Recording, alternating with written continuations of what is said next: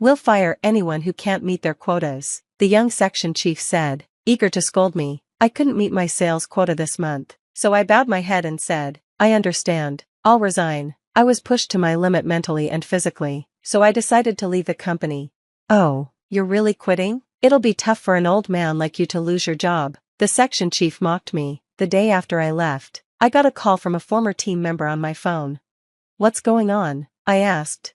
It's bad, please come back, Mr. Watson, they said. Ever since I left, our clients had been calling nonstop, upset about my departure. Eventually, even the section chief had to bow and apologize to me. My name is Benjamin Watson. I lost my father to illness when I was a child. I'm sorry for always making you feel lonely, I told my mom. It's okay, she said. She raised me all by herself with no relatives nearby, working hard from morning until night. I wanted to help her, so I decided to start working as soon as I finished high school. I'm sorry I've caused you so much trouble, I told my mom. It's okay, just leave it to me, she replied, but finding a job was difficult. I was rejected from several places and was unemployed for a month. Finally, one insurance company gave me a chance for a sales job. I was nervous, because I knew the job would be tough with strict quotas, but I wanted to help my mom, so I went to the interview, determined to get the job. Whether they liked my enthusiasm or just needed staff, they hired me on the spot. 35 years later, I'm still working as a salesperson handling corporate clients. My monthly sales barely meet the quota, and I'm not on track for promotion, but my dedication has earned me the trust of my clients. Can I ask you about insurance? A client would say. Of course. Can I visit you this afternoon? I'd reply. Even on my days off, if someone called, I'd go to them to help ease their concerns. Mr. Watson, are you taking enough time off? Someone asked me. Huh? Well, yeah, I replied. You say that, but you probably aren't, they said. It's unfair that clients get time off, but salespeople don't. But I wanted to help others, so I didn't mind. I often received thanks from my clients, and it kept me going. Thank you for coming right away when I call. No problem, call me anytime, I'd say. However, my boss didn't like the way I worked. You're proud of selling such cheap insurance, aren't you? He said. Proud? I didn't mean to be, but every policy is important when it helps the client, I replied. I confidently responded to Section Chief Howard, even though he clearly didn't like me. Howard had recently been transferred from headquarters to our sales department. Unlike me, who only finished high school, Howard was an elite graduate from a well-known university. It was obvious that the head office had high hopes for him, as he had already become a section chief, even though he was nearly 20 years younger than me. Do you think you're better just because you've worked for over 30 years and still haven't been promoted? Howard sneered at me. From his point of view, I seemed incompetent, and looking at my low sales numbers, I couldn't really argue. As part of my team, you're causing me problems if you don't bring in strong results, he added. It was clear Howard wanted to use this position to climb higher in the company, and he was very ambitious. While there was nothing wrong with his enthusiasm, I just couldn't agree with his approach. Listen up, everyone, selling cheap products to small businesses won't get us anywhere. Go after the big clients and sell them our best, top-tier products, Howard said, rallying the younger salespeople and sending them out. His strategy was to sell the most expensive insurance to large clients, pushing policies with the highest premiums, but I didn't agree with this method. The insurance Howard promoted covered many things and could prepare clients for all sorts of risks. However, the more coverage they had, the higher the cost, and I didn't think this was fair. Insurance should protect people without becoming a heavy financial burden, and often, it included things the client didn't really need. Howard would say, think of the worst-case scenario, stir up their anxiety, and make them feel like they need the insurance. That's what sales skill is all about. To me, this approach was ridiculous and didn't feel right. I believe in offering insurance that fits each company's needs, no matter their size. I take the time to listen to them carefully, which often means working late every day, but I feel it's necessary to ensure they understand everything. However, Section Chief Howard didn't agree with this approach. Your way of working is inefficient. Sell faster and make more money, he said. I apologized, but continued doing things my way, even though I knew I was going against my boss. Still, I wasn't entirely sure if my way was the right one. Are you even listening to me? Howard snapped. Huh? What did you say? I was so worn out from work that I had been neglecting my family too. coming home late every night. I barely spent any time with them. When I was home, I was always too tired to really pay attention to my wife. I just want to spend more time with you, she said. I'm sorry, I'm just exhausted from work. You should rest on your days off. I'm worried about your health, she replied, clearly unhappy with the little time we had together as a family. Even though I was working for their sake, my family was becoming frustrated with me. It made me wonder if what I was doing was really okay. Then, my approach started to fall apart. Oh, look at that, you couldn't meet your quota, Howard mocked. I'm very sorry, I said, desperately apologizing for not hitting my sales numbers that month. He used the chance to scold me further. Mr. Watson, do you think you can make up for it next month? Section Chief Howard asked. I hesitated. If I didn't meet the quota this month, the shortfall would roll over to next month. Since I was barely meeting the current quota, the chances of catching up seemed slim. If you can't, maybe you should consider going part-time, Howard suggested with a smirk. Part-time? Is that even possible for a salesperson? I thought, confused. If you don't want that, then you're fired, Howard added. Fired? The word surprisingly didn't hit as hard as I expected. While I couldn't say I had no regrets about the job, I had been sacrificing so much, including my family time. Maybe it was time to accept being fired and focus on the family moments I'd missed. I pictured my wife's face and made my decision. Understood, I'll resign. Oh my, really quitting? It's going to be tough for an old man like you to lose your job, Howard taunted, but I just bowed my head and returned to my desk. After working here since high school, I knew I'd have to hand over my tasks. I started the resignation process that day. For the first time in ages, I came home on time. When I opened the door, my wife greeted me with a surprised look. At first, she seemed puzzled, but then she smiled. You're home early today, dinner's not ready yet. Can you wait? She said. Thank you, I replied. For the first time since we got married, I really watched her cooking, realizing how much time work had taken away from me. I've decided to quit my job, I told her. I see, she replied without asking for details. The next day, I submitted my resignation to Section Chief Howard, who seemed pleased. Please finish the handover quickly, he said with a broad smile.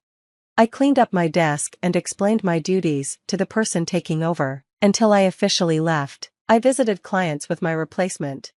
Mr. Watson, you're quitting? Many clients asked, trying to persuade me to stay. I politely said my goodbyes, and a month later, I left the company. It was sad to leave a place I had worked for so long, but my heart felt lighter. Surprisingly, my wife seemed to be in a good mood, even though I was now unemployed. You're not worried that I don't have a job anymore? I asked. Not at all. I was more worried that you were working too hard and might collapse one day, she replied. My wife had always been concerned about me because of how much I worked. You've worked so hard for so long. It's okay to take a break now, she added. Thanks for always worrying about me. How about we take a trip? We've got plenty of time now, I suggested. That sounds wonderful. Let's go to a hot spring and relax from all those years of stress, she said, excited. The next day, we set off for a hot spring trip. While I was enjoying the time with my wife, I got a call from a former team member. What's going on? I asked. It's terrible, Mr. Watson, please come back, he said, sounding panicked. He explained that ever since I quit, the company had been getting non-stop calls from clients who wanted to cancel their contracts. The situation had gotten so bad that it was disrupting their work. Not only are the calls overwhelming, but if we lose all these contracts, the company is going to be in big trouble. Can you please come back? He begged. I'm not coming back, I replied. What? He exclaimed.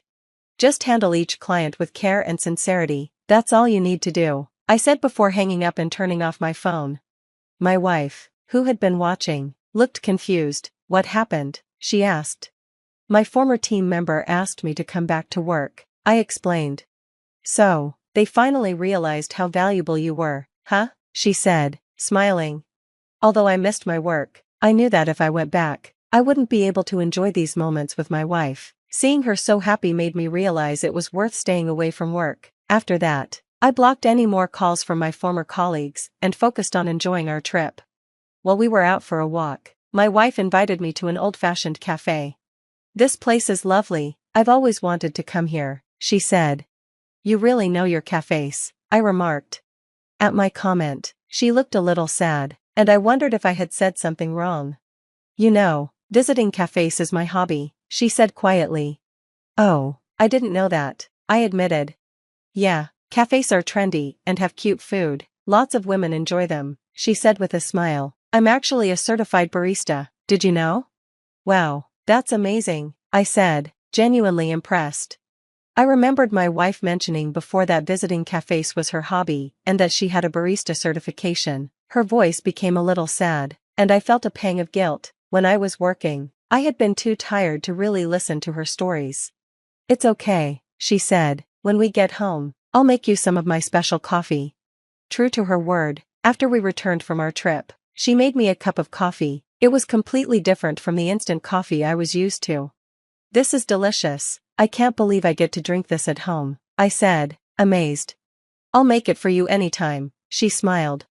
From that day on, my mornings began with the coffee my wife brewed for me. As I spent more time with her and my family, I realized there was so much I didn't know. Regretting how much I had neglected them, I decided to make family time a priority from now on. I used to work for a company, but now I'm excited to start something new. No matter how old you get, starting fresh can be nerve-wracking, but I knew I'd be fine with my wife by my side. Together, we opened a small cafe. When I was unemployed, my wife shared a little dream with me. I want to work in a cafe I love, living a relaxed life in our old age. So, we took my resignation as a chance to chase her dream together. At first, the customers were mostly her friends, but word spread, and now our business is thriving. With my sales experience, I was good at serving customers, and my wife enjoyed chatting with friends while working. She always seemed so happy. Welcome, I said to a customer one day, only to be surprised when I saw it was Chief Howard. His eyes widened when he saw me. I smiled and led him to a seat. Is this your new job? He asked. Yes, I started it with my wife, I replied. It looked like Chief Howard was in the middle of his workday and had decided to stop by. He used to stay at the office, but it seemed like he had been visiting clients more since I left. You look really happy now, Mr. Watson, he remarked. Do I? Maybe, I said. It made me realize how tired I had always been at the company, especially since I hadn't been able to spend much time with my wife. Now, I could enjoy work and time with her. You seem to be having fun, I told him, noticing that he looked more energized than before. I'm trying to be more like you, Mr. Watson. You're my goal, he said. Then, checking his watch, he stood up. I'll bring the whole team next time. Thanks for the meal, he added before leaving, looking lighter on his feet. I believe Chief Howard will continue to grow from here. Later, my wife called out, I made coffee. Thanks, I said. After closing the cafe, we sat side by side at the counter, sipping the coffee she brewed. It had been another busy day, but it was enjoyable. Sitting there with my wife, talking about the day, felt calm and special. Thank you for everything, I said. Why so formal all of a sudden? She laughed. I smiled, realizing how much these moments meant to me. From now on, I would treasure every one of them. Numbers have always fascinated me, especially the ones that don't add up. Like the $5,000 missing from our joint account, or the 3 nights a week Ryan claims he's working late, or the 2 wedding rings I'm staring at on our bedroom dresser. One his, one mine. Only mine is where it should be. I'm Fiona, and I used to write code that made numbers dance. Now I'm just trying to make sense of the ones that keep slapping me in the face. The bank statement trembles in my hands as I scroll through the transactions on my phone. Another withdrawal, this time for $3,500. No note, no explanation, just money vanishing like morning mist. The kind of money that could pay our mortgage for 2 months. Ryan, I call out, my voice steadier than I feel. Can you come here for a minute? His footsteps echo down the hallway, each one matching my quickening pulse. He appears in the doorway, laptop tucked under one arm, that familiar half-smile playing on his lips. The smile that used to make me feel safe. Now it just makes me feel stupid. What's up, honey? I'm in the middle of something important. So am I. I turn my phone screen toward him. Want to explain these withdrawals? The smile doesn't falter, but something shifts behind his eyes. Just some business expenses. You know how it is with the new project. No, Ryan, I don't know how it is, because you never tell me anything anymore. He sets his laptop down with deliberate care. Look, I know you're used to understanding everything, Miss Software Engineer, but some things in business are complicated. Former software engineer, I correct him. The old wound's still raw. And basic math isn't complicated. 5,000 here, 3,500 there. That's our savings disappearing. Jesus, Fiona. He runs a hand through his hair, exasperation creeping into his voice. This is exactly why I don't tell you everything. You're just a housewife now. You wouldn't understand the pressures I'm under. The words hit like a physical blow. Just a housewife. 3 years ago, I was leading development teams. Now I'm just a housewife who apparently can't understand basic business concepts. Try me, I challenge him, standing up. Explain it to the housewife who used to debug systems you couldn't even comprehend. Don't start this again. He reaches for his laptop. I have a meeting with Mark in 20 minutes. We can discuss this later. With Mark at 8:30 in the evening? Yes, with Mark. His tone sharpens. Some of us still have careers to maintain. He turns to leave, but I'm not finished. Does Grace know about these late meetings? Ryan freezes, his back to me. For just a moment, I see his shoulders tense. Then he laughs, but it sounds hollow. Mark's wife. What does she have to do with anything? I don't know, Ryan. You tell me. He spins around, and now the smile is gone completely. You know what? I don't have time for your paranoid accusations. When you're ready to act like an adult, we can talk about the finances. The door slams behind him, leaving me alone with the numbers that don't add up and the questions that won't go away. I pick up his wedding ring from the dresser, feeling its weight in my palm. He claims he takes it off to wash his hands, but it's been happening more frequently lately. My phone buzzes. A text from Olivia. Coffee tomorrow. We need to talk. I text back a quick yes before opening my laptop. It's been a while since I've done any serious coding, but some skills never leave you, like tracking digital footprints, or following money trails, or piecing together patterns that others try to hide. Ryan thinks I'm just a housewife who wouldn't understand. He's about to learn how dangerous underestimating someone can be. The coffee shop bustles with morning regulars, but Olivia's face draws my attention like a beacon of worry. She's already ordered my usual black coffee, no sugar, and her fingers drum an anxious rhythm on the ceramic mug. You look like hell, she says, as I slide into the booth. Thanks. I feel worse. I wrap my hands around the warm cup, anchoring myself. Ryan's mother is coming over for dinner tonight. Apparently, she needs to discuss my concerning behavior with both of us. Olivia's eyebrows shoot up. Emily's involved now. That's rich, considering she can't balance her own checkbook without Ryan's help.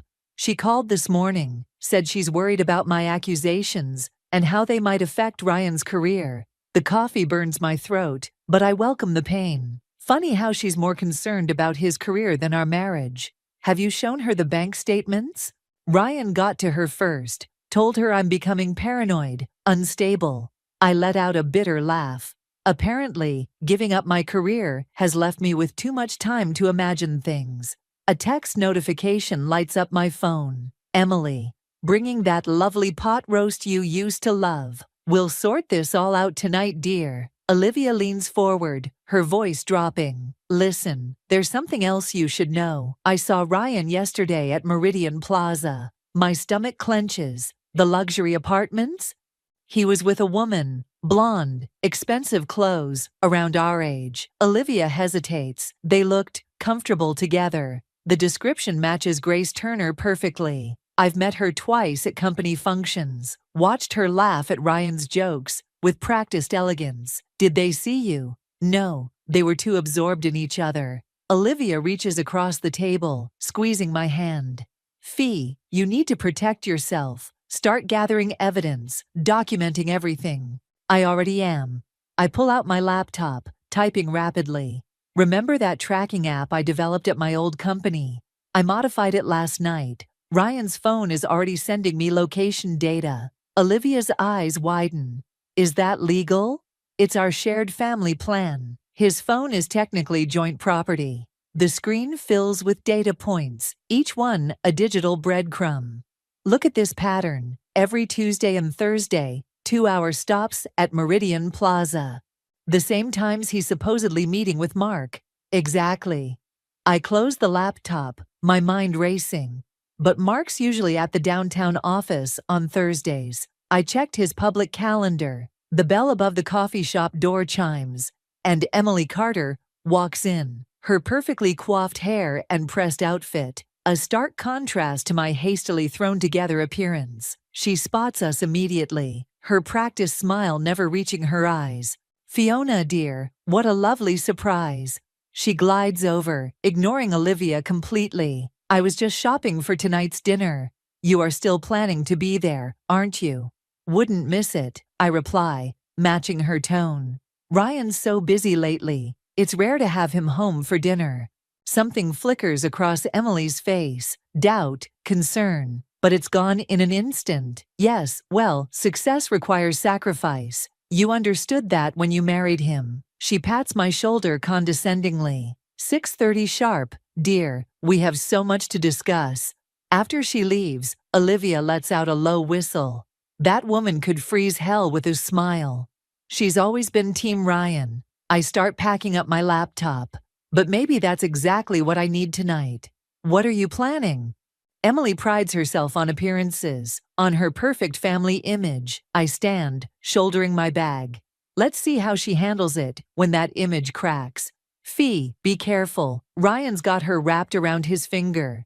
"Maybe," I smile, thinking of the data quietly collecting on my laptop. But even perfect sons make mistakes, and I'm done being the unstable wife who imagines things. Walking home, I check my phone again. Ryan's location blinks steadily at his office, but a quick check of his credit card shows a lunch charge at a restaurant near Meridian Plaza. More numbers that don't add up, more lies piling up like kindling. Tonight, at dinner, I'll strike the first match. Emily wants to discuss my concerning behavior. Fine, let's discuss everything. Every withdrawal, every late meeting, every missing hour. Let's see how many cracks appear in the perfect family facade. When the truth starts seeping through, Emily's pot roast sits untouched on my plate, while Ryan regales us with another story about his latest project's success. His mother beams, hanging on every word. But I'm watching his hands. The way his right index finger keeps tapping the stem of his wine glass.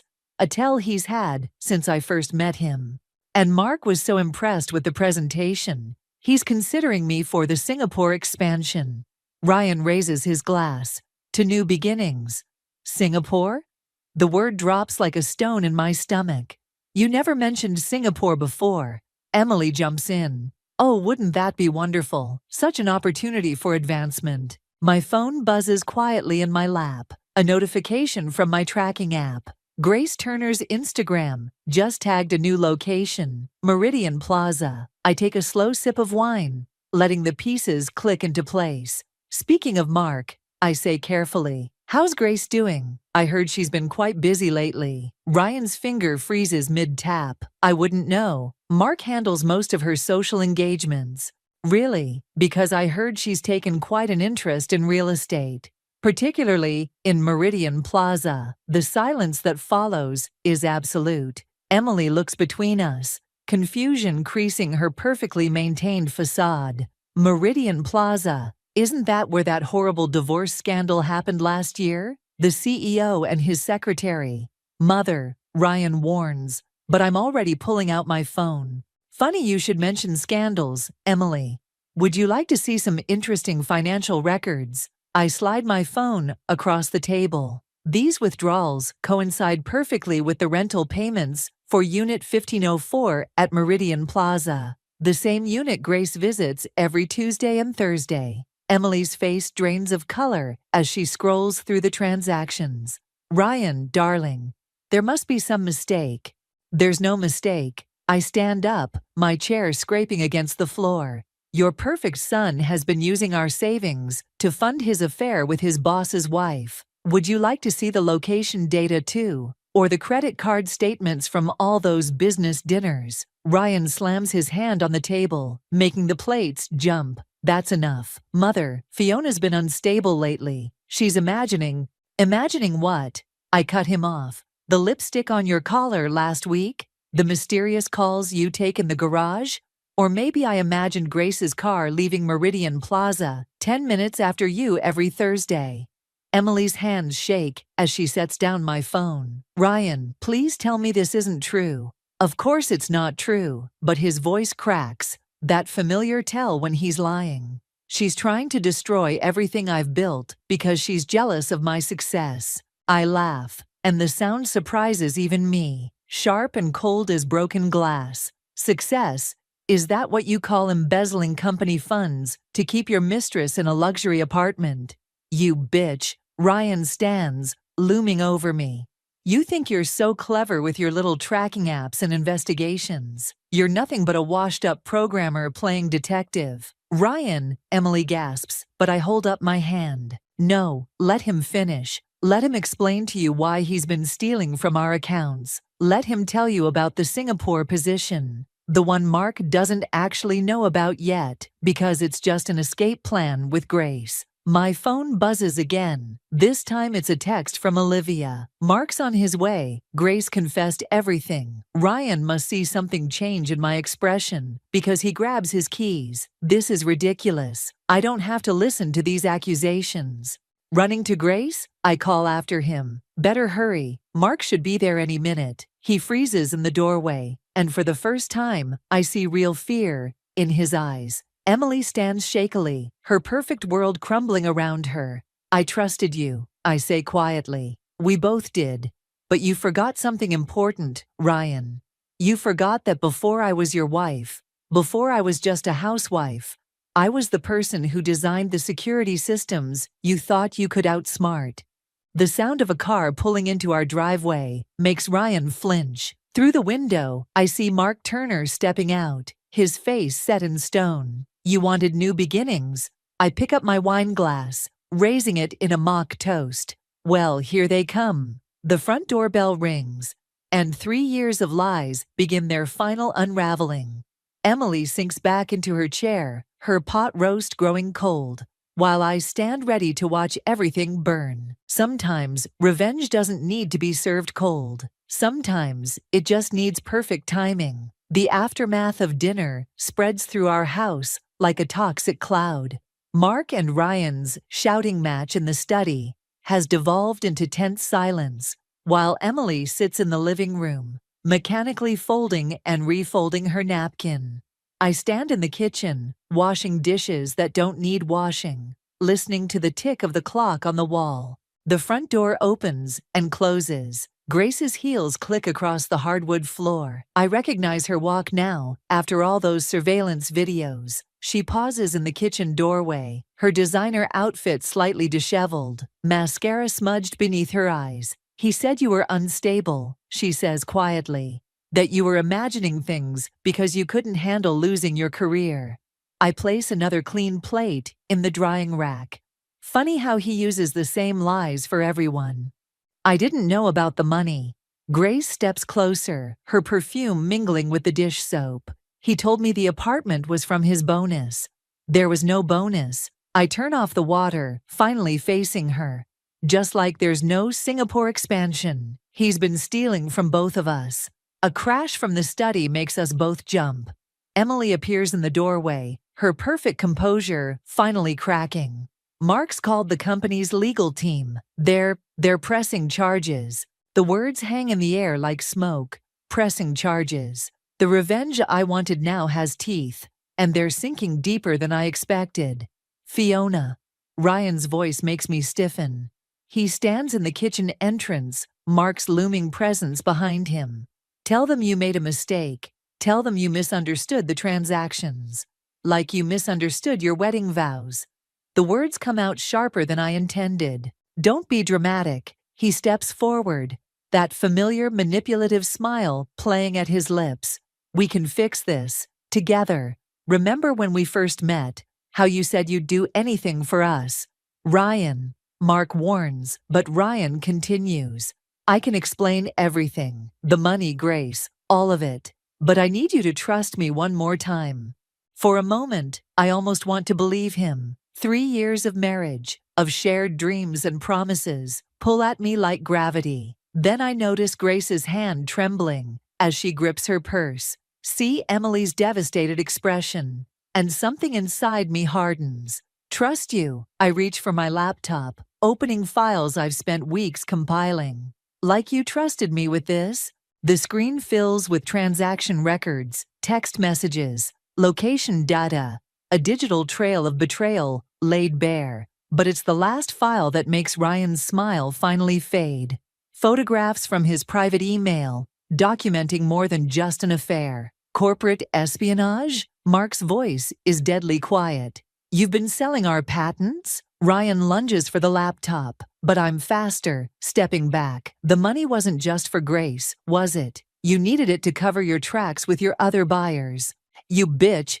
He swings at me, but Mark grabs him, pinning him against the counter. Grace lets out a small scream, and Emily sinks into a kitchen chair. I trusted you, I say, my voice steady despite my racing heart. Even when I found the first discrepancies, I wanted to believe there was an explanation. But you didn't just betray me, Ryan. You betrayed everyone in this room. The sound of sirens grows in the distance. Mark must have called them before confronting Ryan. Grace backs away toward the door, her face ashen. I'm sorry, she whispers, though I'm not sure to whom. Ryan struggles against Mark's grip. You have no idea what you've done. When this gets out, it already has. I show him my phone, where Olivia's text glows. Documents received. Legal team processing everything now. The sirens are louder now. Red and blue lights painting our kitchen walls like a garish nightmare. Emily reaches for my hand, surprising me. I should have seen it, she says softly. All those times he said you were imagining things. We all wanted to believe him. I squeeze her hand, watching as police cars pull into our driveway. That's what makes a good liar so dangerous. Ryan's face contorts with rage and fear as uniformed officers approach our door. In this moment, I should feel triumph, satisfaction, the sweet taste of revenge. Instead, I feel something unexpected. Freedom. The weight of secrets and lies lifts from my shoulders like a heavy coat, leaving me lighter, clearer. Sometimes the truth doesn't set you free. Sometimes you have to set it free yourself. And damn the consequences. The police station's fluorescent lights cast harsh shadows across Mark's face as he slides a manila envelope across the interview room table. There's more, he says, his voice tight. The patents weren't just being sold. They were being weaponized. I open the envelope with trembling fingers, spreading out documents that make my stomach turn. Lines of code I recognize. My code, from projects I'd worked on years ago, twisted and repurposed into something malicious. Ryan didn't just steal from the company, Mark continues. He sold your old security protocols to competitors. They're using them to build backdoors into financial systems. The room suddenly feels too small, too bright. My protocols were defensive. They were meant to protect. I know. Mark rubs his temples. That's why we need your help. You're the only one who understands how these systems work. A detective enters, carrying coffee I didn't ask for. Mrs. Carter, we'll need you to testify about the original code architecture. No. The word comes out before I can stop it. I can't be involved. The evidence you have is enough. It's not. Mark leans forward. Without your testimony, Ryan's lawyers will claim the code modifications were authorized. He's already spinning a story about you hacking company servers for revenge. My coffee cup trembles, dark liquid sloshing over the rim. Of course, Ryan would try to turn this around, make me the villain. Even now, he's playing chess while I'm playing catch-up. My phone buzzes. Olivia, Emily's at my house. She found something in Ryan's old files. Come quick. I need time to think, I tell Mark, standing up. The detective starts to protest, but Mark waves him off. 24 hours, Mark says. That's all we can give you. The drive to Olivia's house feels surreal. Streetlights blurring past like stars. Emily meets me at the door, clutching a leather portfolio I recognize from Ryan's study. I was cleaning, she says, hands shaking as she opens it. I thought, I thought if I kept things normal. Inside are more documents, bank statements, offshore accounts, and emails dating back 5 years. Before our marriage, before everything. He planned this, Emily whispers. He chose you because of your expertise, because you could give him access to.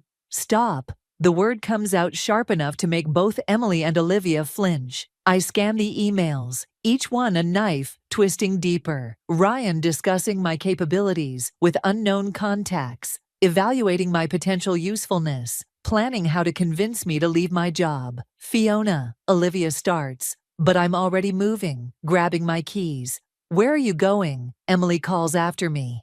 To finish this, the drive to the detention center, where they're holding Ryan, takes 20 minutes. I spend each one remembering every lie, every manipulation, every moment I doubted myself because he told me I was being paranoid. He's waiting in the visitation room, orange jumpsuit stark against his pale skin. The smile he gives me is the same one he used when telling me I was imagining things. I knew you'd come, he says. You always were predictable. Like how you predicted I'd quit my job to support your career. I lay Emily's portfolio on the table between us. Or how you predicted I'd be too broken to notice what you were doing with my old code. The smile falters, just slightly. Everything I did was for us. No. I lean forward, dropping my voice. Everything you did was because you underestimated me. You thought I was just a housewife who wouldn't understand. Be careful, Fiona. His voice hardens. You're not the only one with evidence. One phone call, and certain people will be very interested in your recent activities. You mean like the tracking software? The financial traces? I smile, and for the first time, I see real fear in his eyes. Go ahead, show them. Every line of code is documented, every access point logged. I learned from the best, after all. Standing, I gather the portfolio. I'm testifying tomorrow, not for Mark, not for the company, but for every person you've manipulated and betrayed. And when I'm done, you won't just lose your freedom, you'll lose your last shred of control. You'll regret this, he calls as I reach the door. You have no idea what you're starting. I turn back, meeting his gaze one last time. No, Ryan, I'm not starting anything. I'm finishing what you began. The door closes behind me with a final click, and I step into the evening air, my path suddenly clear. Sometimes revenge isn't about destroying someone. It's about reclaiming your own power, one truth at a time. The courtroom feels like a trap closing in. Each tick of the wall, clock another tooth in the mechanism. I sit at the witness stand, my carefully prepared testimony crumbling, as Ryan's lawyer circles like a shark that smells blood. Ms. Carter, isn't it true that you developed the original security protocols while employed at TechCore? Yes, and these protocols were company property, correct? His smile reminds me of Ryan's. Practiced, predatory. The base code was. The modifications were made by my client under authorized company directives. He slides a document across to the judge. Exhibit C, Mr. Carter's project authorization, signed by the board. Mark shifts in his seat, his face dark. We hadn't known about this document. Another of Ryan's chess moves, played perfectly. Ms. Carter, the lawyer continues, please explain to the court how you obtained the tracking data on my client's movements. My throat tightens. This is the trap, the one Ryan warned me about. I used a modified version of company proprietary software you no longer had legal access to?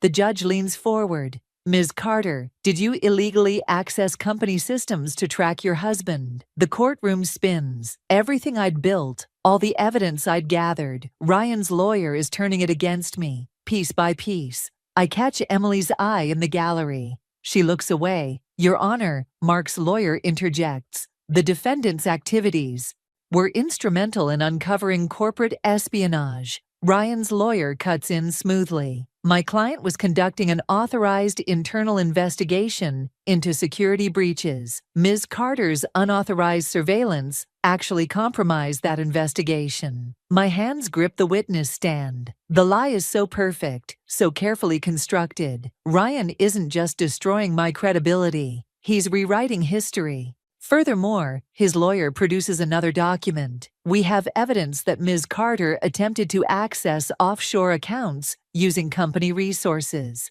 Those were Ryan's accounts. I protest, but my voice sounds weak even to me. Accounts used in the authorized investigation, which you attempted to compromise. The judge calls a recess, but the damage is done. In the hallway, Mark approaches with his lawyer, their faces grim. He planned this, Mark says, quietly. The board authorization, the investigation cover story. He's been setting this up for months. What about the patent sales, the stolen money? All documented under official company operations. Mark's lawyer shakes his head. He had paperwork for everything. We can't prove it was fraudulent without my testimony. I lean against the wall, feeling the cold marble against my spine, which he just destroyed. Olivia appears, clutching her phone. Fiona, it's worse. Someone leaked your tracking software to the press. They're calling it corporate surveillance, saying you were spying on multiple employees. Ryan, I whisper, of course. He's not just discrediting my testimony. He's making me the villain of the story. Grace passes by with her lawyer, not meeting anyone's eyes. She's cut a deal, I realize. Ryan's offered her immunity in exchange for supporting his version of events. My phone buzzes. An email from the district attorney. They're considering charges against me for corporate espionage and illegal surveillance, the very crimes I was trying to expose. We can fight this, Mark starts, but I shake my head. He wins. The words taste like ash. He took everything I had, my marriage, my career, my reputation, and turned it into a weapon against me. Emily approaches hesitantly, holding a newspaper. The headline makes my stomach lurch. Tech wife's revenge. Plot exposes corporate privacy concerns. I'm sorry, she whispers. I never thought he would. None of us did. I push away from the wall, walking toward the courthouse doors. Outside, reporters wait with cameras and microphones, ready to capture my fall from grace. Behind me, I hear Olivia calling my name, but I keep walking. 3 years of marriage, 15 years of career experience, a lifetime of trust and justice. All of it lies shattered on the courthouse floor. Ryan's words from the detention center echo in my head. You have no idea what you're starting. He was right. I thought I was fighting for truth, for justice, for revenge. Instead, I walked right into his perfect trap, becoming the villain in his carefully crafted story. The cameras flash as I push through the courthouse doors. Each burst of light, another nail in the coffin of my old life. Sometimes revenge doesn't just fail, it becomes the very thing that destroys you. The USB drive feels impossibly small in my hand as I stand outside Ryan's office. Through the glass walls, I can see him at his desk, basking in his courtroom victory. The security badge clipped to my blouse, courtesy of Mark's last act before his resignation, might be my final chance to set things right. Mrs. Carter, Ryan's assistant, blinks in surprise. I didn't think. It's fine, Sarah. Ryan's voice carries that familiar condescending warmth. Let her in. I think my wife and I are overdue for a chat. The door clicks shut behind me. Ryan leans back, adjusting his tie, the blue one I gave him for our 2nd anniversary. Come to concede defeat properly? Instead of answering, I plug the USB drive into his computer. His smile falters as dozens of windows pop up on his screen. What is this? The truth. My voice stays steady as I perch on the edge of his desk. Not the sanitized version you fed the court, the real logs, showing every transaction, every meeting, every lie. He starts to reach for the computer, but I catch his wrist. Touch it, and these files automatically upload to every board member, the SEC, and 3 major tech blogs. You're bluffing. But uncertainty creeps into his voice. The court already ruled. The court ruled on what they could prove. But you taught me well, Ryan. Sometimes the best revenge isn't about winning. It's about having better leverage. His screen fills with more documents. The real board authorizations, showing his forgeries. Grace's original emails, detailing their plan. The actual financial trails he thought he'd hidden. How did you get access? You really should change your passwords more often.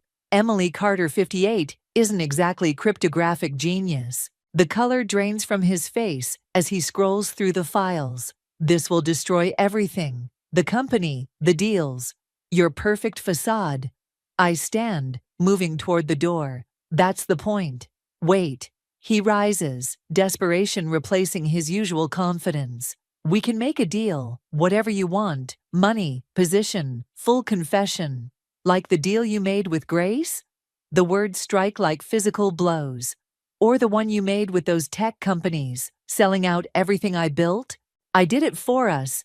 He slams his hand on the desk. Everything I built, every move I made, was for yourself. Emily's voice cuts through the room. She stands in the doorway, holding her own USB drive. I found your original plans, Ryan. From before you even met Fiona. Ryan's face contorts. Mother, you don't understand. I understand perfectly. Emily steps inside, closing the door. I understood when I found your notes about targeting Fiona for her expertise. I understood when I discovered your offshore accounts. The ones you've had since before the marriage. You helped me destroy her credibility. He snarls. You sided with me. I protected you, like I always have. Emily's voice cracks.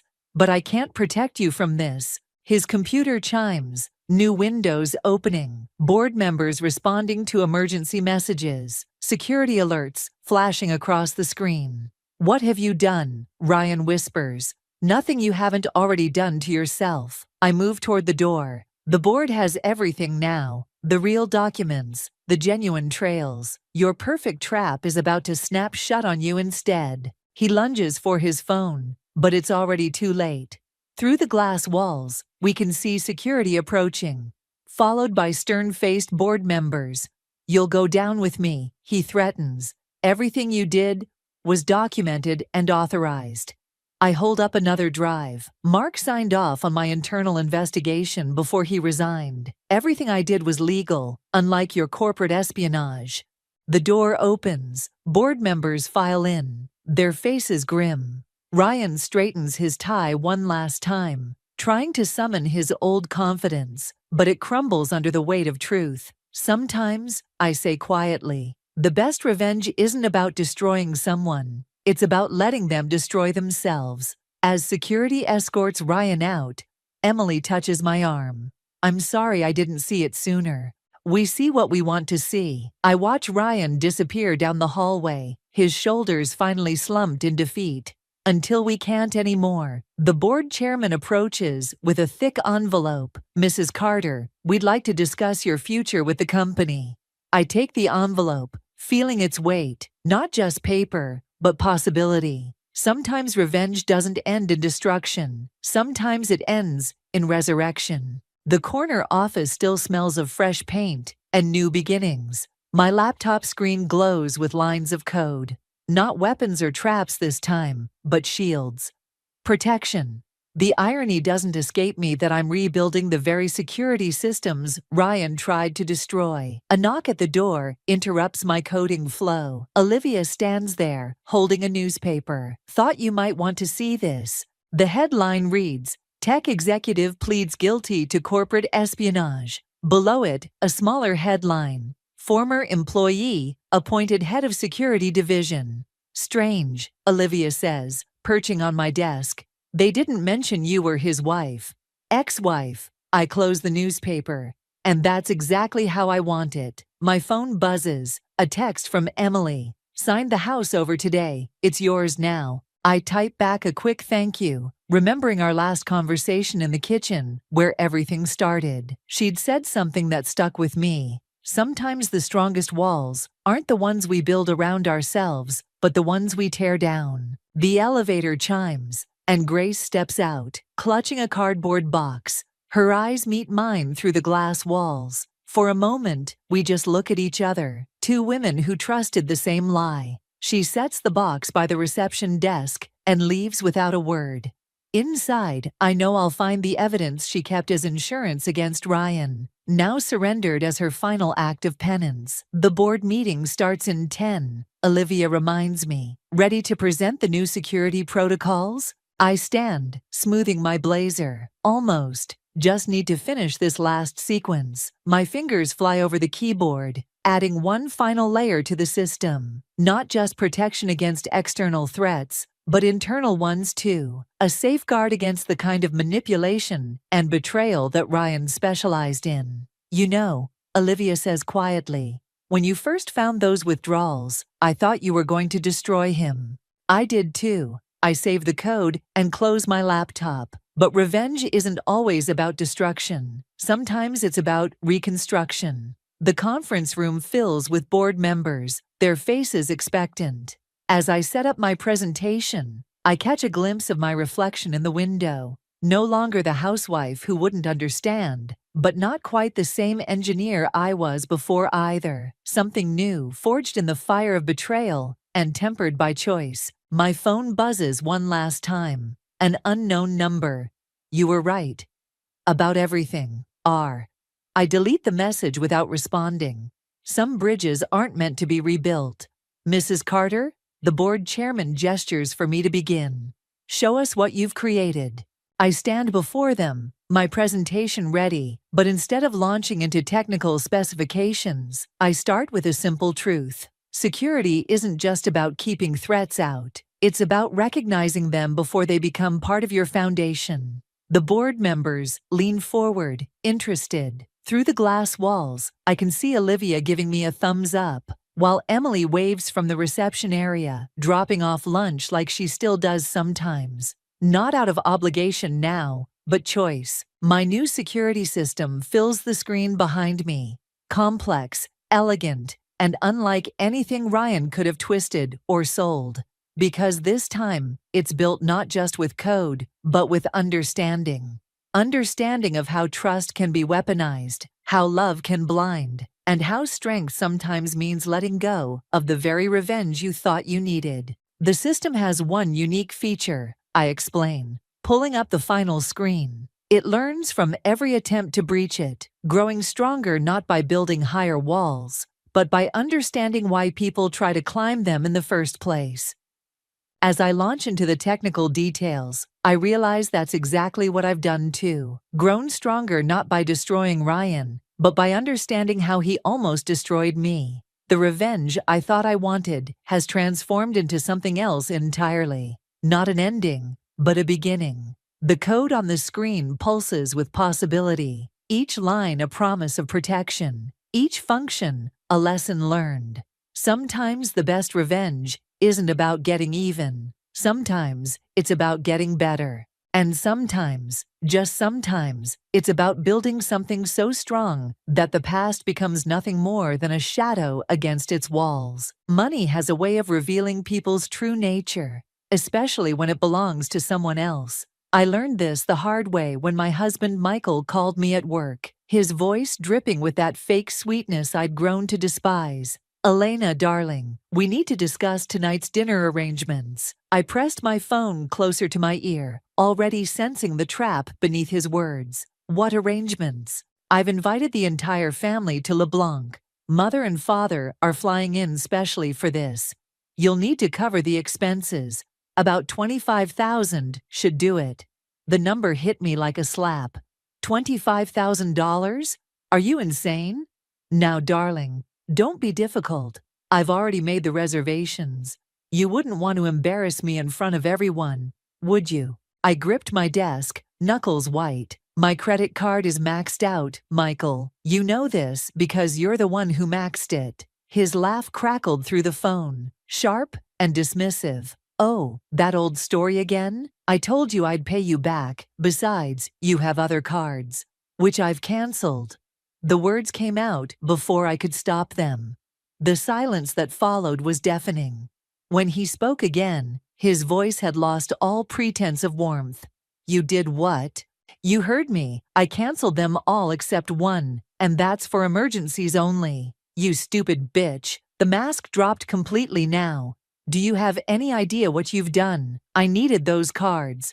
I felt a strange calm settle over me. For what, Michael? More gifts for Sophie, or was it Hannah this time? Another silence, longer this time. I could almost hear the gears turning in his head, calculating his next move. "I don't know what you're talking about," he said finally, his voice steady but strained. "But you will show up tonight, and you will find a way to pay for this dinner. Otherwise, I'll make sure everyone knows exactly what kind of woman you really are." I laughed, surprising myself with how hollow it sounded. "And what kind of woman is that?" "A paranoid, controlling wife who can't handle her husband's success. I wonder what mother will think when she hears about your little jealous fantasies." Margaret, his mother, had always taken his side. Even when the evidence of his lies stared her in the face, she'd find ways to excuse him. Robert, his father, wasn't much better. Too wrapped up in his business empire to notice his son's growing web of deceit. "Fine," I said, my voice eerily calm. "I'll be there, 8 o'clock, right? 7:30? Don't be late." He hung up without waiting for my response. I sat there, staring at my phone, feeling something shift inside me. For 3 years, I'd watched him drain my accounts, make excuses, and gaslight me into believing I was the problem. 3 years of suspicious charges, mysterious business meetings, and perfume scents that weren't mine. Opening my drawer, I pulled out the manila envelope I'd been saving for the right moment. Inside were credit card statements, hotel receipts, and photographs. So many photographs. Sophie leaving his office late at night. Hannah at expensive restaurants, wearing jewelry bought with my money. Each piece of evidence carefully collected, dated, and organized. My phone buzzed with a text from Daniel, my oldest friend. "You okay?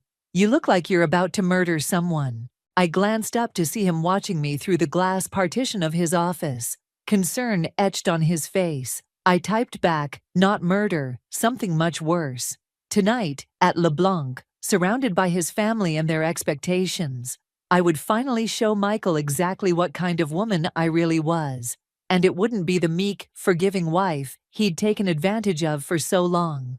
I touched the envelope gently, like a weapon I was finally ready to use. 7:30 couldn't come soon enough. LeBlanc's crystal chandeliers cast judgmental shadows across the white tablecloth as I watched Michael work the room. He moved between his parents with practiced charm, touching his mother's shoulder, laughing at his father's jokes. The perfect son. I gripped my wine glass tighter, knowing what was coming. "Elena, darling, you're so quiet tonight." Margaret's voice carried that hint of criticism she'd perfected over the years. "Is everything all right?"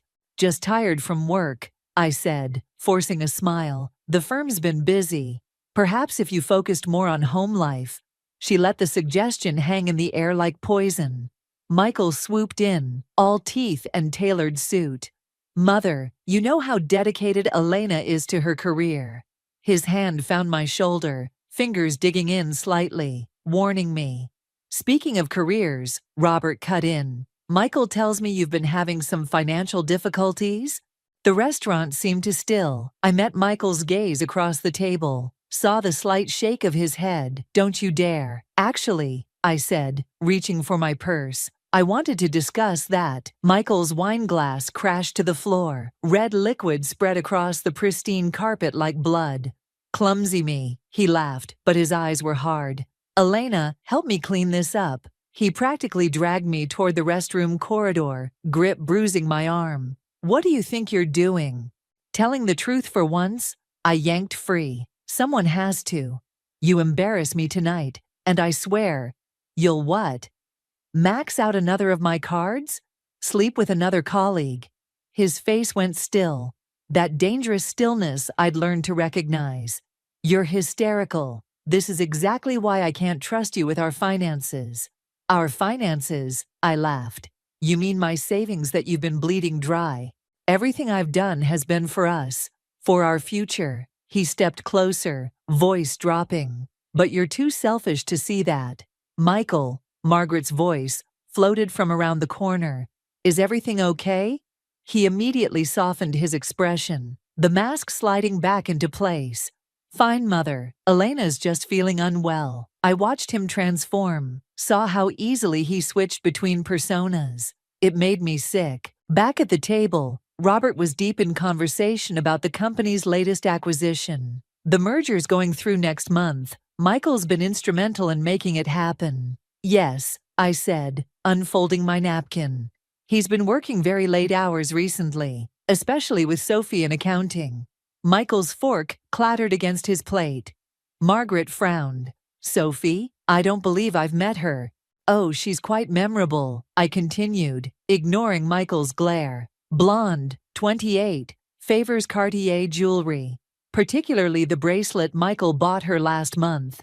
Elena, Michael's voice was warning thunder. Or was that for Hannah? I get confused sometimes, tracking all these charges. Robert's bushy eyebrows drew together. What exactly are you implying? Nothing, Father, Michael cut in. Elena's been under a lot of stress lately, imagining things. Am I? I pulled out my phone, scrolling through photos. Should we discuss the hotel receipts, the mysterious weekend conferences that only you seem to attend? Margaret's hand flew to her throat. Michael, she's lying, he snapped, but sweat beaded his forehead. She's always been jealous of my success. Success? I felt eerily calm now. Is that what we're calling fraud these days? The word hung in the air like a death sentence. Robert's face darkened. What fraud? Michael stood abruptly, his chair scraping back. This dinner is over. Elena's clearly not well. Sit down. Robert's voice cut through the restaurant's murmur. Both of you. I watched Michael's face as he slowly sank back into his chair. For the first time, I saw fear crack through his perfect facade. Now, Robert continued, someone is going to tell me exactly what's going on with my company's finances. I reached for my purse, where the manila envelope waited. Michael's hand shot out to stop me, but it was too late. The evidence of his betrayal was already spreading across the pristine tablecloth, like the wine stain on the carpet behind us. Sometimes karma needs a little push, and I was done being patient. The silence in Robert's home office felt like a noose tightening. I watched him examine each credit card statement, each hotel receipt, his face growing darker with every page. Michael sat beside me, leg bouncing, his usual swagger replaced by something closer to fear. $200,000. Robert's voice was deadly quiet, transferred from company accounts to personal expenses over the past year. I can explain, Michael started, but Robert held up his hand. To jewelry stores, hotels, restaurants. He picked up a particular receipt. A weekend at the Four Seasons, under business development. Margaret stood by the window, her back to us all. She hadn't spoken since we'd left the restaurant. The company's doing well, Michael said. I've earned some perks. Perks? Robert slammed his hand on the desk. You're stealing from your own family. I pulled out my phone, scrolling to a specific email. There's more. Michael lunged for my phone, but I was faster. Elena, don't. An email from Sophie to Hannah, I read, my voice steady despite my racing heart, discussing how to divide their bonuses from Michael. Margaret turned sharply. What bonuses? Hush money, I said, to keep quiet about their affairs. You're lying, Michael's voice cracked. She's making this up, Mother. You know how jealous. Stop. Margaret's voice was ice. I saw the way Sophie looked at you at the Christmas party. I didn't want to believe. A knock at the door made us all jump. Ethan, Michael's business partner, stepped in, his face grim. Sorry to interrupt, but we have a situation. The SEC is asking questions about recent transfers. The color drained from Michael's face. What questions? They've flagged several large transactions as suspicious. Something about patterns consistent with embezzlement. Robert stood slowly, his hands shaking. You didn't just steal from us. You put the entire company at risk. I was going to pay it back. Michael's composure finally shattered. Everything was under control until he jabbed a finger at me, started meddling. Under control. I pulled out one final document. Like the gambling debts you've been hiding? Margaret gasped. Robert snatched the paper from my hands, his eyes widening as he read, $500,000. His voice was barely a whisper. To underground betting rings. Michael slumped in his chair, defeated. I had a system. I just needed more time. Time, Ethan interrupted. We don't have time. The SEC wants answers by Monday. Get out. Robert's voice was like gravel. Get out of my house, and don't come back until you've spoken to our lawyers. Father, please, now. Michael stood on shaky legs, looking to his mother for support. But Margaret had turned back to the window, shoulders shaking with silent sobs. As he stumbled toward the door, he paused beside me. You've destroyed everything, he hissed. I hope you're happy. I met his gaze steadily. No, Michael, you did this yourself. I just showed everyone who you really are. After he left, Robert collapsed into his chair, suddenly looking every one of his 62 years. Elena, I owe you an apology. We all do. Don't. I stood, gathering my things. I didn't do this for apologies. I did it because someone had to stop him. What happens now? Margaret asked, finally turning to face us. Ethan cleared his throat. The company will need to conduct an internal audit, and Michael, well, he'll likely face criminal charges. I headed for the door, pausing with my hand on the knob. There's a recording, I said quietly, of Michael threatening me when I discovered the first affair, and documentation of every unauthorized charge, every manipulation. When you're ready to move forward with legal action, call me. As I walked to my car, my phone buzzed with a text from Daniel. You okay? I looked back at the house, where I'd just destroyed my husband's carefully constructed world of lies. The strange thing was, I didn't feel victorious, just tired, and ready for whatever came next. No, I typed back, but I will be. Because this wasn't the end. It was just the beginning of Michael's long fall from grace, and I intended to watch every moment of it. The police station's fluorescent lights made everything look sickly and unreal. I sat across from Detective Morris, watching her flip through the evidence I'd gathered against Michael. My hands wouldn't stop shaking, even though I'd rehearsed this moment countless times. Mrs. Anderson, she said, setting down a particularly damning bank statement. This goes beyond simple fraud. I know, my voice sounded hollow, even to me. We're looking at potential money laundering, tax evasion, and, she paused, studying a new document. Connections to illegal gambling operations. Your husband's been busy. The word husband made my stomach turn. Ex-husband, soon. My phone buzzed. Daniel again. Sophie's looking for you. Says it's urgent. I ignored it. Sophie could wait. I'd given her enough already. The recordings, the paper trail, her precious immunity deal. Detective Morris leaned forward. There's something else. We found transfers to offshore accounts we can't trace, large ones. That's not possible. I'd tracked every penny. I would have seen, these are sophisticated, professional. She slid a paper across the desk. Someone's been helping him hide money for years. Someone who knows what they're doing. The implications hit me like a physical blow. I thought of Ethan, Michael's supposedly loyal business partner, who'd seemed so shocked by the SEC investigation. My phone buzzed again. This time, a text from an unknown number. You don't know the whole story. Meet me at Riverside Park, now. E. Mrs. Anderson, Detective Morris was watching me carefully. Is there something you're not telling me? I stood, gathering my coat. I need some air. We're not finished. I'll be back. There's just something I need to check. The park was deserted this late, wind whipping off the river. Ethan stood by the railing, looking older than his 40 years. You helped him. I didn't bother with pleasantries. All this time you knew. It's not that simple. He wouldn't meet my eyes. Michael has something on me, on all of us. What do you mean, all of us? The company's been dirty for years, Robert included. He laughed bitterly. Why do you think Michael got away with so much? His father taught him everything he knows. My world tilted sideways. Robert, the stern patriarch who'd seemed so shocked by his son's crimes. You're lying. Check the offshore account, ending in 4891. That's where the real money is. Robert's retirement fund, built on decades of fraud. My phone buzzed again. Sophie. Michael knows you're talking to the police. He's going to pin everything on you. Claims you were the mastermind. Has documents to prove it. Why are you telling me this? I asked Ethan. Because tomorrow, the SEC isn't just coming for Michael. They're coming for all of us. He handed me a USB drive. This has everything. Every transaction. Every player. Including proof that you had nothing to do with it. Why help me now?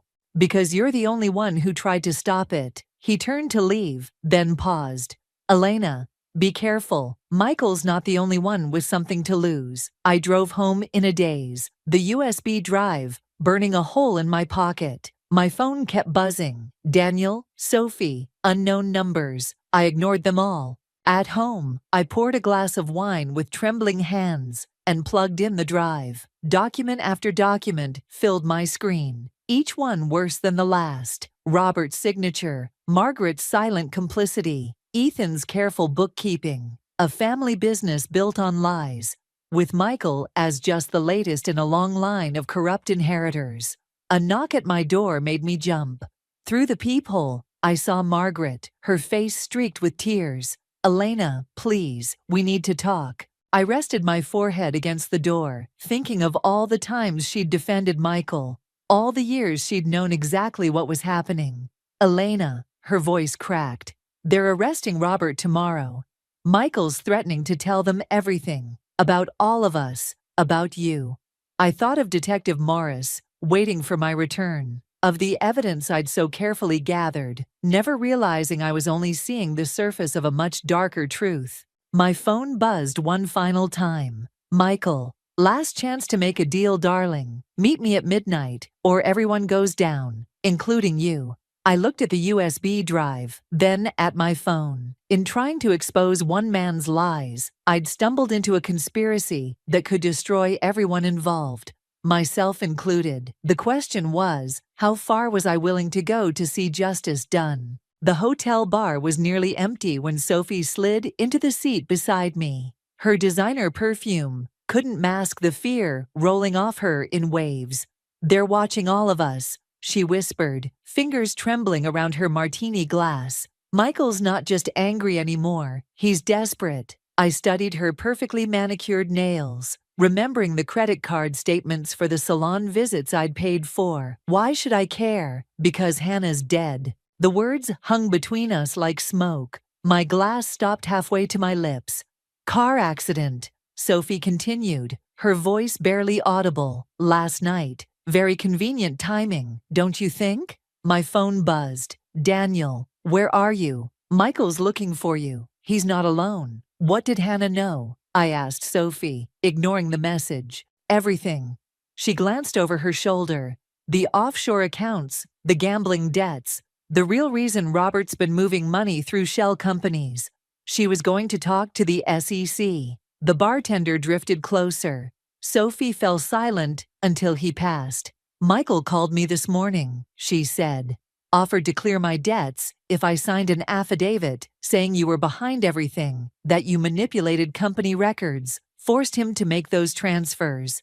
My laugh sounded hollow. And you're telling me this out of the goodness of your heart? I'm telling you because Hannah was my friend. Her mascara smeared as she wiped her eyes. And because they're coming for you next. My phone buzzed again. Margaret. Robert's gone. Emptied the accounts. Left a note saying he's sorry. The room seemed to tilt. When did Hannah tell you about the accounts? She didn't. Sophie's smile was sharp as broken glass. But you just confirmed they exist. I stood so quickly my chair scraped across the floor. Sophie grabbed my wrist, her nails digging in. Sit down, she hissed. Look at the man by the door, the one pretending to read. I saw him now. Dark suit, earpiece poorly hidden. Another one at the bar, watching us in the mirror. Michael's not working alone anymore, Sophie said. The people he owes money to, they want their investment protected. Hannah threatened that protection. My phone, unknown number. Your friend Daniel is very cooperative when properly motivated. Midnight, the old warehouse. Come alone. Let go of my arm, I said quietly. Sophie released me, leaving crescent marks in my skin. You started this war, Elena. Did you really think there wouldn't be casualties? I walked out, forcing myself not to run. The man by the door spoke into his sleeve as I passed. In the parking lot, a black SUV idled 2 spaces from my car. My phone rang. Michael. Hello, darling. His voice was silk over steel. Having drinks with friends? What did you do to Daniel? Nothing permanent, yet. A pause. You know, it's funny. All this time trying to expose my secrets, and you never wondered about your precious friend's connection to everything. What are you talking about? Ask him about the offshore account transfers. Ask him who really helped set them up. Michael's laugh was soft. Oh, wait, you can't. He's a bit tied up at the moment. The SUV's engine revved. Midnight, Elena, bring the USB drive and every copy of the evidence you've collected, or Daniel won't be the only one paying for your curiosity. The line went dead. I sat in my car, hands gripping the wheel, mind racing. Daniel, my oldest friend, my confidant through all of this, had he been playing both sides? Another text from Sophie. Whatever you're thinking of doing, don't. Hannah thought she could outsmart them too. I started the engine, watching the SUV pull out behind me in the rearview mirror. 6 hours until midnight. 6 hours to decide who to trust, who to sacrifice, who to save. My phone buzzed one last time. Ethan.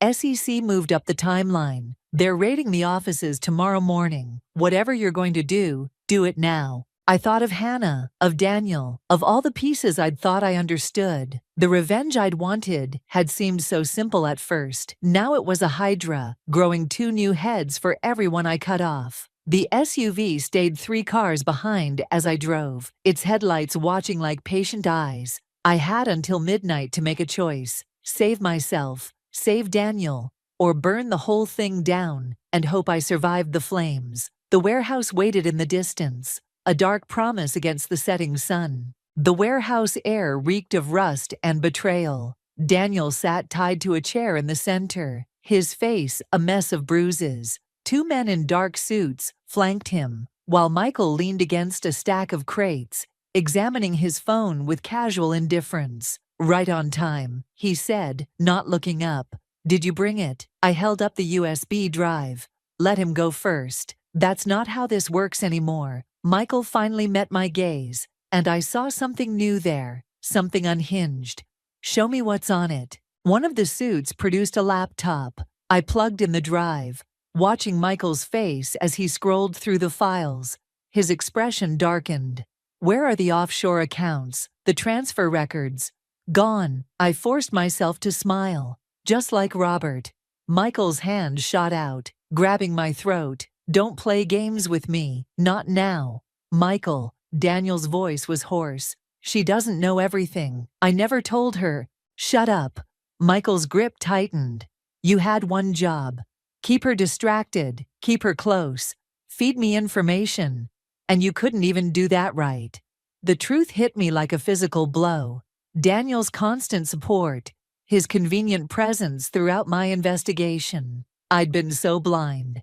Elena. Daniel's eyes were pleading. I had to. They threatened my family. But I tried to protect you. By helping them track me, my laugh came out as a wheeze against Michael's grip. By reporting every move I made? Enough. Michael released me, turning to the suits. Search her car. She must have backup copies somewhere. As they left, Michael's phone buzzed. His face went pale as he read the message. The SEC. He threw the phone against the wall. They're moving in tonight. Someone tipped them off. His eyes narrowed. What did you do? Nothing. I rubbed my throat. But Sophie's been busy. Sophie. For the first time, real fear crossed his face. What are you talking about? Check your precious offshore account. The one ending in 4891. I watched comprehension dawn. She transferred everything an hour ago to Hannah's sister. Hannah's dead, he snapped. Yes, and her sister's a federal prosecutor. I felt a cold satisfaction seeing him unravel. Sophie made a deal, full immunity in exchange for everything she knows. which is apparently a lot more than you thought.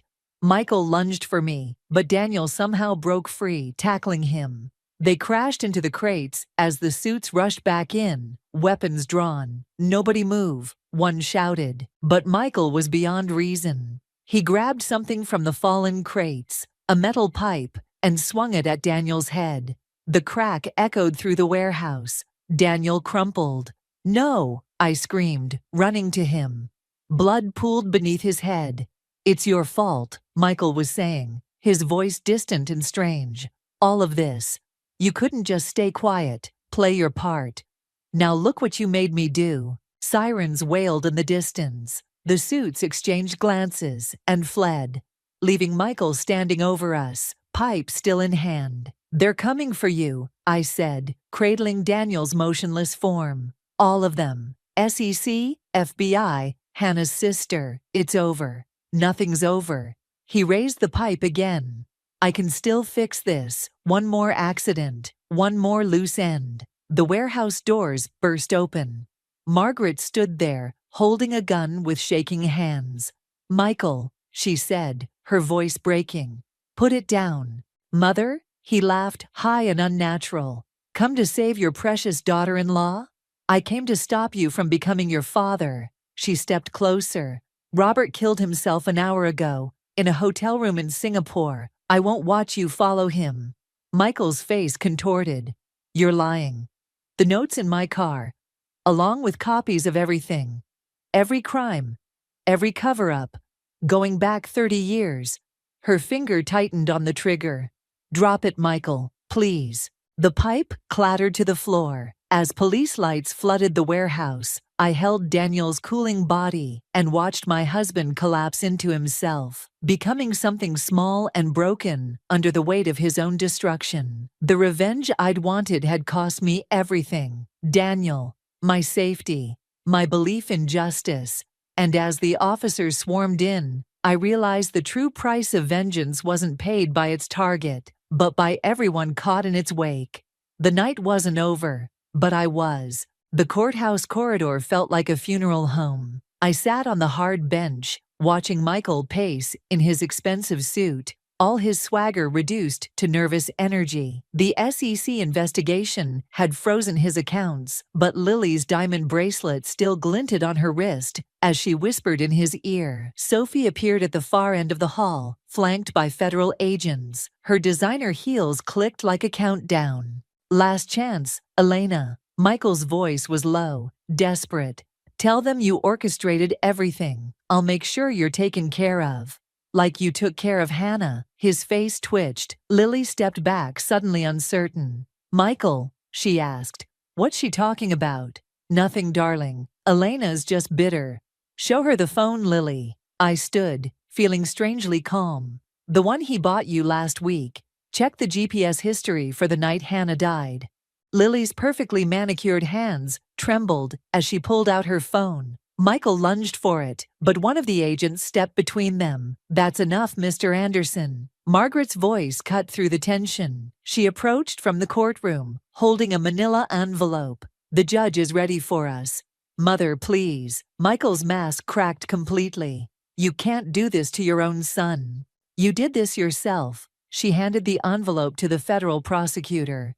"Everything's here. 30 years of fraud, including Robert's suicide note. And this," she pulled out a single photograph, "is from the traffic camera near Hannah's accident." The image showed Michael's car, the timestamp matching the night of Hannah's death. "You said you were with me that night," Lily whispered, backing away. "You said—" "He says a lot of things." Sophie had reached us, her testimony folder clutched like a shield.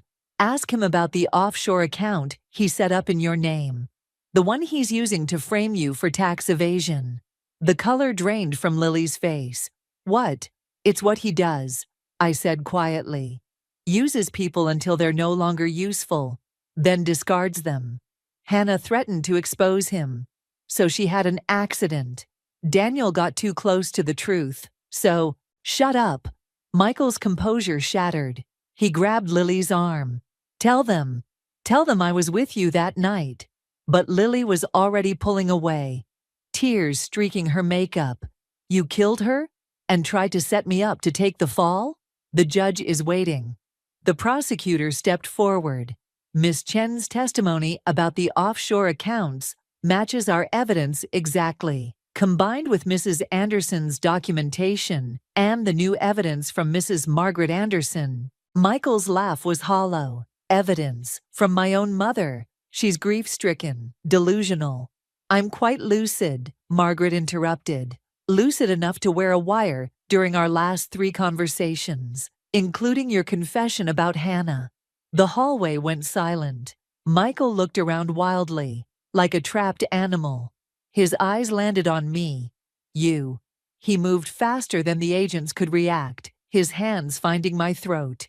"You turned them all against me." Then Lily's phone clattered to the floor, video playing. Michael's own voice confessing to Hannah's murder, GPS data confirming his location. He'd accidentally recorded everything on the phone he'd given her, thinking he was covering his tracks. The agents pulled him off me as he screamed accusations, his carefully constructed world crumbling around him. Lily fled down the hallway, Sophie smirked, and Margaret just looked tired. "The thing about lies, Michael," I rasped, rubbing my throat, "is that they multiply, like a cancer, until they destroy everything they touch." "Mrs. Anderson?" The prosecutor gestured toward the courtroom. "We're ready for your testimony." I gathered my evidence folder, thinner now, most of its contents already submitted to the SEC and FBI. The case against Michael was airtight: fraud, embezzlement, conspiracy, and now murder. His own arrogance had built the trap. I'd just helped him walk into it. "Elena," his voice was different now, small, almost childlike. "Please, don't do this." I thought of Daniel in his hospital bed, still unconscious, of Hannah's sister waiting inside to see justice done, of all the lives Michael had casually destroyed in his pursuit of power and control. "I'm not doing anything, Michael. This is just karma catching up." The courtroom doors opened, and I walked through without looking back. Behind me, I heard him break down completely, his sobs echoing through the corridor like the ghost of everything he'd lost. Sometimes revenge isn't about what you do. It's about stepping back and letting someone's own actions destroy them. The prison visiting room smelled of disinfectant and defeat. Michael sat across from me in his orange jumpsuit, the confident mask finally stripped away. Through the window behind him, snow fell on the exercise yard, covering everything in clean white silence. 20 years, he said, his voice hollow, plus restitution. I placed the divorce papers on the metal table between us. "Sign them." His hand trembled as he reached for the pen. "Was it worth it? Destroying everything we built." "We didn't build anything, Michael. You constructed a fantasy, and I lived in it until I couldn't anymore." The pen scratched across paper. Each signature felt like a key turning in a lock. "Daniel's awake," I said, watching his reaction. "He remembers everything." Michael's pen paused. "I never meant to get caught, to kill Hannah, to ruin your father." I collected the signed papers. "That's the problem. You never meant for any of it to happen, but you kept making choices that led here." "Elena," he reached across the table, but I pulled back. "What happened to us? You happened to us. And now you're happening to yourself." Outside, Margaret waited in her car, engine running against the cold. She'd aged years in months, but her eyes were clearer now. "It's done?" she asked as I slid into the passenger seat. I nodded, watching the prison shrink in the side mirror. "He signed everything, the restitution agreement, too. Hannah's sister gets control of the recovered assets." "Good." She pulled onto the highway. "The company board voted this morning. They're restructuring, keeping the legitimate parts. Ethan's cooperating with the investigation." My phone buzzed, a message from Sophie. "Lily's gone to the DA, says she has more recordings." I deleted it without responding. Sophie had played her part, but I was done with all of them. "The house sold," Margaret said quietly, "above asking price. The house where Michael had built his web of lies. where I'd lived in beautiful ignorance until the cracks appeared. Someone else would sleep there now, unaware of the ghosts in every room. "What will you do now?" Margaret asked. I touched the envelope in my bag. Not the divorce papers, but the other one. The one containing proof of my own secret. Documentation of every dollar I'd managed to recover. Traced through shell companies and offshore accounts. Money that even Michael didn't know existed. Hidden by Robert before his death. "Start over," I said. "Somewhere new," she nodded, understanding more than I'd said. "You know, revenge is supposed to feel empty. That's what they say, that it doesn't bring peace. This isn't about peace. I watched the snow erase the world outside. It's about truth. Everything hidden eventually comes to light." My phone buzzed again. "Daniel. Coffee tomorrow. Doctor says I can have visitors now." I hesitated, then typed back. "Rain check. Taking care of something first." Because Daniel had betrayed me too, even if he'd had his reasons. Even if he'd tried to protect me in the end. Some bridges, once burned, should stay ashes. Margaret pulled up to the airport departures terminal. "You don't have to disappear," she said. "Not everyone in your life was false." No, I gathered my single bag. But everyone was changed by it. She touched my arm before I could leave. "The board transferred the recovered funds to your account this morning. Robert's hidden assets, legitimately claimed. You could rebuild here." I thought of Michael in his prison cell, of Sophie playing all sides, of Lily's desperate grab for immunity, of Daniel in his hospital bed, trying to make amends for choices that couldn't be undone. "Sometimes," I said, "rebuilding means walking away."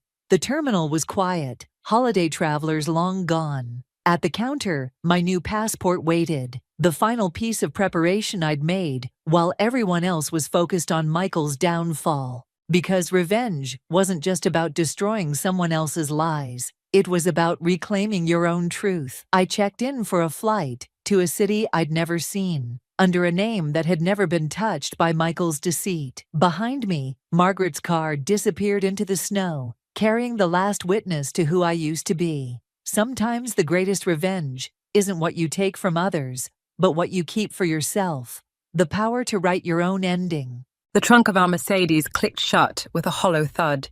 Daniel tossed the last suitcase in while I buckled Mia into her car seat, both of us eager to head home after a long weekend at his parents' lake house. The late afternoon sun cast strange shadows across the driveway, making everything feel slightly off-kilter. "Ready for the drive home, sweetie?" I asked, adjusting Mia's favorite stuffed rabbit in her lap. She nodded, but her eyes stayed fixed on something behind me. I'd noticed she'd been unusually quiet all afternoon, barely touching her lunch and keeping to herself while the adults packed up. At 6, she was typically a chatterbox, but today felt different. Daniel slid into the driver's seat, checking his phone before starting the engine. 3 hours till home. Everyone good? I settled into the passenger seat, already dreading the long drive. Something felt wrong, but I couldn't put my finger on it. Maybe it was the way Daniel kept checking his rearview mirror, or how his knuckles seemed whiter than usual on the steering wheel. The first hour passed in relative silence, broken only by the soft hum of tires on asphalt and the occasional ping from Daniel's phone. I pretended to read on mine, but really, I was watching him from the corner of my eye. His jaw clenched every time his phone lit up, and he'd shift slightly in his seat, as if trying to angle the screen away from me. "Elizabeth," Mia's small voice came from the back seat, barely above a whisper. "The girl in the trunk is asking to be let out." The car swerved slightly. Daniel's hands jerked on the wheel, and I grabbed the door handle, my heart suddenly hammering against my ribs. "What did you say, honey?" I turned to look at her, trying to keep my voice steady. Mia's face was dead serious, her brown eyes wide and unblinking. "The girl in the trunk, she wants out, she's scared." Daniel let out a forced laugh. "Sweetheart, there's nobody in the trunk, just our bags." But his voice cracked on the last word, and I noticed a bead of sweat rolling down his temple. The air in the car felt thick, almost suffocating. "Pull over," I said. Don't be ridiculous, Elizabeth. It's just her imagination. Pull over, Daniel. Now. He kept driving, his speed increasing slightly. We're already running late, and I said pull over. My voice came out sharper than I intended, making Mia flinch in her seat. Daniel's jaw worked back and forth, but he gradually eased the car onto the shoulder of the highway. Before he could fully stop, I was already unbuckling my seatbelt. Stay in the car with Mia, I ordered, stepping out into the cooling evening air. My hands trembled as I walked to the back of the car. Daniel got out too, following close behind me. This is absurd, he said, but there was an edge to his voice I'd never heard before. You're scaring Mia with this nonsense. I reached for the trunk release, but he grabbed my wrist. His grip was tight enough to hurt. Let go of me, I said quietly, meeting his eyes. In that moment, I saw something there that made my blood run cold.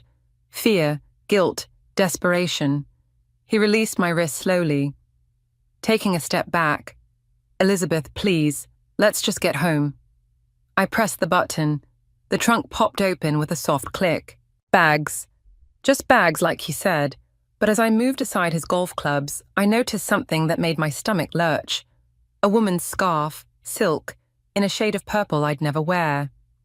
And beneath it, a business card for the Grand Hotel downtown, room 412, written on the back in unfamiliar handwriting.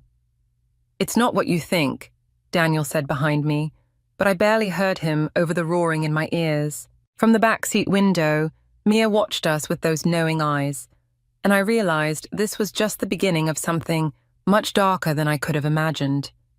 That purple scarf haunted my dreams for 3 nights straight. I'd wake up in cold sweats, my fingers clutching at phantom silk, while Daniel slept soundly beside me, as if nothing had changed. But everything had changed. I stood at our kitchen counter, mechanically packing Mia's lunch, while watching Daniel through the window. He was on another early morning call, pacing the backyard in his tailored suit, gesturing with one hand while the other pressed his phone tight against his ear. Even from here, I could see the smile that never used to appear during work calls. Is Daddy going away again? Mia asked, her small hands wrapped around a glass of orange juice. I forced my fingers to relax their grip on the sandwich I was making. What makes you say that, sweetheart? He has his special cologne on, the one for important meetings. My stomach clenched. I'd noticed that too. The expensive new fragrance he'd started wearing 6 months ago, right after his promotion. The one that sometimes clung to his shirts, even after they'd been washed. Mommy? Mia's voice pulled me back. The lady in the trunk is sorry. The knife I was holding clattered against the counter. What lady, Mia? What do you mean? But Daniel chose that moment to stride back in, ending his call with a laugh that sounded nothing like him. Ready for school, princess? Mia's face closed off, something I'd never seen before our weekend trip. She nodded silently and slipped off her chair. I'll take her today, I said, wiping my hands on a dish towel. You have that big presentation, right? Daniel's smile flickered. Actually, I moved that to next week, heading to the downtown office for some meetings instead. Room 412 flashed through my mind. Downtown? Which clients? Just internal stuff. Budget reviews, nothing exciting. He kissed my cheek, but his lips barely grazed my skin. Don't wait up tonight. Dinner with the team. As he headed for the door, I noticed his overnight bag by the coat rack. The same one from our weekend trip, still unpacked. Daniel? He paused, hand on the doorknob. You forgot to unpack from the weekend. Want me to do it? His shoulders tensed almost imperceptibly. No need. I'll handle it later. After he left, I waited exactly 17 minutes before approaching the bag. My hands trembled as I unzipped it, but instead of evidence, I found nothing but his usual weekend clothes, neatly folded. Too neatly. Daniel had never folded anything in his life. My phone buzzed. A text from Rachel. Coffee, you've been MIA since the weekend. 20 minutes later, I sat across from my best friend at our usual cafe, watching her face as I recounted everything. Mia's strange comments, the scarf, the hotel card, Daniel's behavior. Jesus, Elizabeth. Rachel set down her cup. Have you checked his phone? Credit card statements? Not yet. I'm afraid of what I'll find. Or afraid you won't find anything and you'll feel crazy. She leaned forward. Listen, I've known you both for 15 years. Daniel's changed since that promotion. The late nights, the new clothes, the sudden business trips, the perfume, I added quietly. Rachel's eyebrows shot up. What perfume? Sometimes, when he hugs me goodbye, there's this faint scent. Floral, expensive, not mine. Sophie, Rachel said, then immediately pressed her lips together. My blood ran cold. What did you say? Nothing, Rachel. She sighed, reaching across the table to grab my hand. Sophie Turner. She's the new VP of marketing at Daniel's company.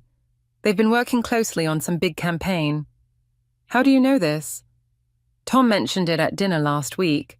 Said Daniel and Sophie have been pulling all-nighters at the office, really impressing the board with their dedication. I pulled my hand away, feeling sick. All-nighters. Elizabeth, maybe it's not. She's 30, I cut in. Young, ambitious, probably beautiful. You don't know anything for sure. But I did know.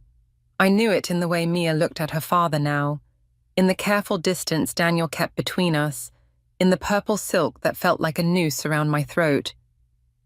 I need to go, I said, standing abruptly.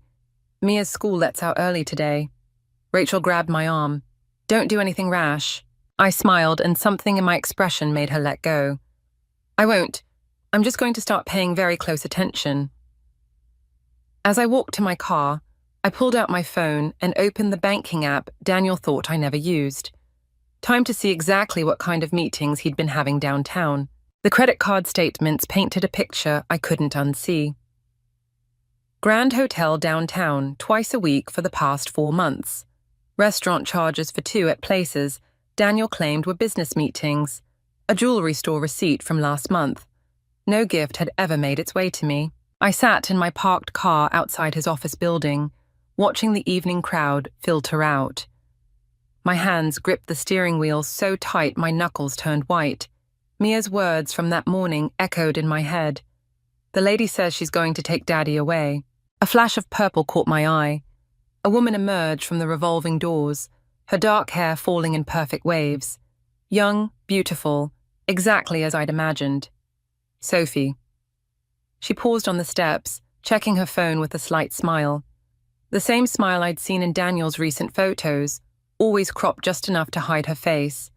My phone buzzed. Daniel. Working late again, don't wait up.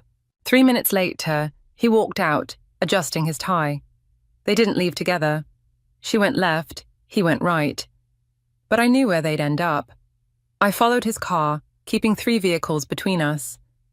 The familiar route to the Grand Hotel made my stomach churn. As he pulled into the parking garage, I drove past, circling the block once before parking across the street. Room 412. Their regular room, according to the hotel charges.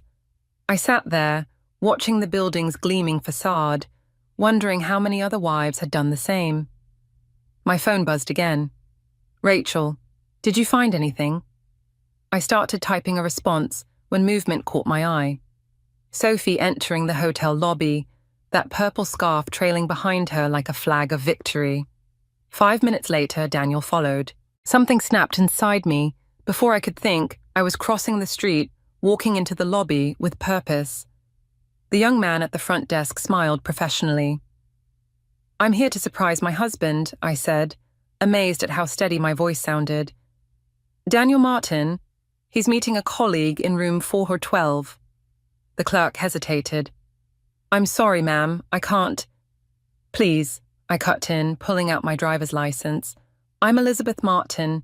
It's our anniversary. His face softened with sympathy. He probably saw this more often than he'd admit. 4th floor, end of the hall on the right. The elevator ride felt eternal. Each floor brought a new memory. Our wedding day, Mia's birth, family vacations, all tainted now by purple silk in room 412. I stood outside their door, hand raised to knock, when I heard laughter. Her laughter. Then Daniel's voice, lower than usual, saying something that made her giggle again. My phone buzzed. Mia's babysitter. Mia's asking for you. She seems upset. Reality crashed back. What was I doing here? What did I expect to accomplish by confronting them? This wasn't about catching them in the act. This was about something much bigger. I backed away from the door, my heels silent on the plush carpet. In the elevator, I caught my reflection, pale, shaking, but somehow stronger than I'd felt in months. Back home, I found Mia sitting on the stairs, waiting. She looked up as I walked in, her eyes too knowing for a 6-year-old. "The lady in purple is mean," she said simply. "She wants to hurt us." I sat beside her, pulling her close. "No one's going to hurt us, sweetheart. But I need you to tell me everything you know about the lady, everything you've seen." Mia's small hand found mine. "She comes in dreams, shows me things, bad things that haven't happened yet." "What kind of things?" "Daddy crying, you being angry, a car crash." She paused, looking up at me. "But we can change it, Mommy. The lady in the trunk told me so." I kissed her forehead, my mind racing. "We will, baby. We'll change everything." That night, after putting Mia to bed, I opened my laptop and began to plan. Daniel thought he was being careful with his secret meetings and hidden expenses, but he'd forgotten one thing. I used to work in corporate investigations before Mia was born. And now, watching him sleep peacefully beside me, I realized it was time to put those skills to use again. The purple scarf was just the beginning. By the time I was done, room 412 would be the least of their worries. The USB drive felt heavy in my pocket as I walked through the corporate lobby. My old investigator's badge, carefully preserved from my previous career, drew barely a glance from security. Amazing how a confident walk in professional attire could open so many doors. "Elizabeth?" A familiar voice stopped me near the elevators. Rachel stood there, clutching a portfolio, her face pale. "What are you doing here?" "Surprising Daniel for lunch," I lied smoothly. "You look like you've seen a ghost." She glanced around nervously. "We need to talk, not here." 10 minutes later, we sat in her car in the underground parking garage. Rachel's hands trembled as she pulled out a folder. "I wasn't sure whether to tell you," she started, "but after what you shared about Sophie," she handed me the folder. "Tom's firm handles the company's legal affairs. These documents weren't supposed to leave the office. Inside were transfer papers. Daniel's signature appeared multiple times, moving substantial sums to offshore accounts. Sophie's name was there too, listed as a co-beneficiary. "There's more," Rachel whispered. "They're planning to leave the country, next month. Together." My chest tightened. Mia's words about the car crash flashed through my mind. "Elizabeth?" Rachel touched my arm. "What are you going to do?" I slipped the folder into my bag. "Nothing yet. I need to get upstairs." "To do what?" "What I came here for." I pulled out my old badge. Sometimes you need to fight fire with fire. The executive floor was quiet when I reached it. Daniel's office door stood slightly ajar, his voice drifting out as he conducted a video call. I slipped past, heading for Sophie's office at the end of the hall. Her computer password took 3 attempts. Her birth date, according to the HR files I'd accessed earlier. Amateur. Within minutes, I'd plugged in the USB drive, downloading everything. Emails, financial records, private photos. A shadow fell across the desk. "Can I help you?" Sophie's voice was exactly as I'd imagined, smooth, confident, young. I turned slowly, smiling professionally.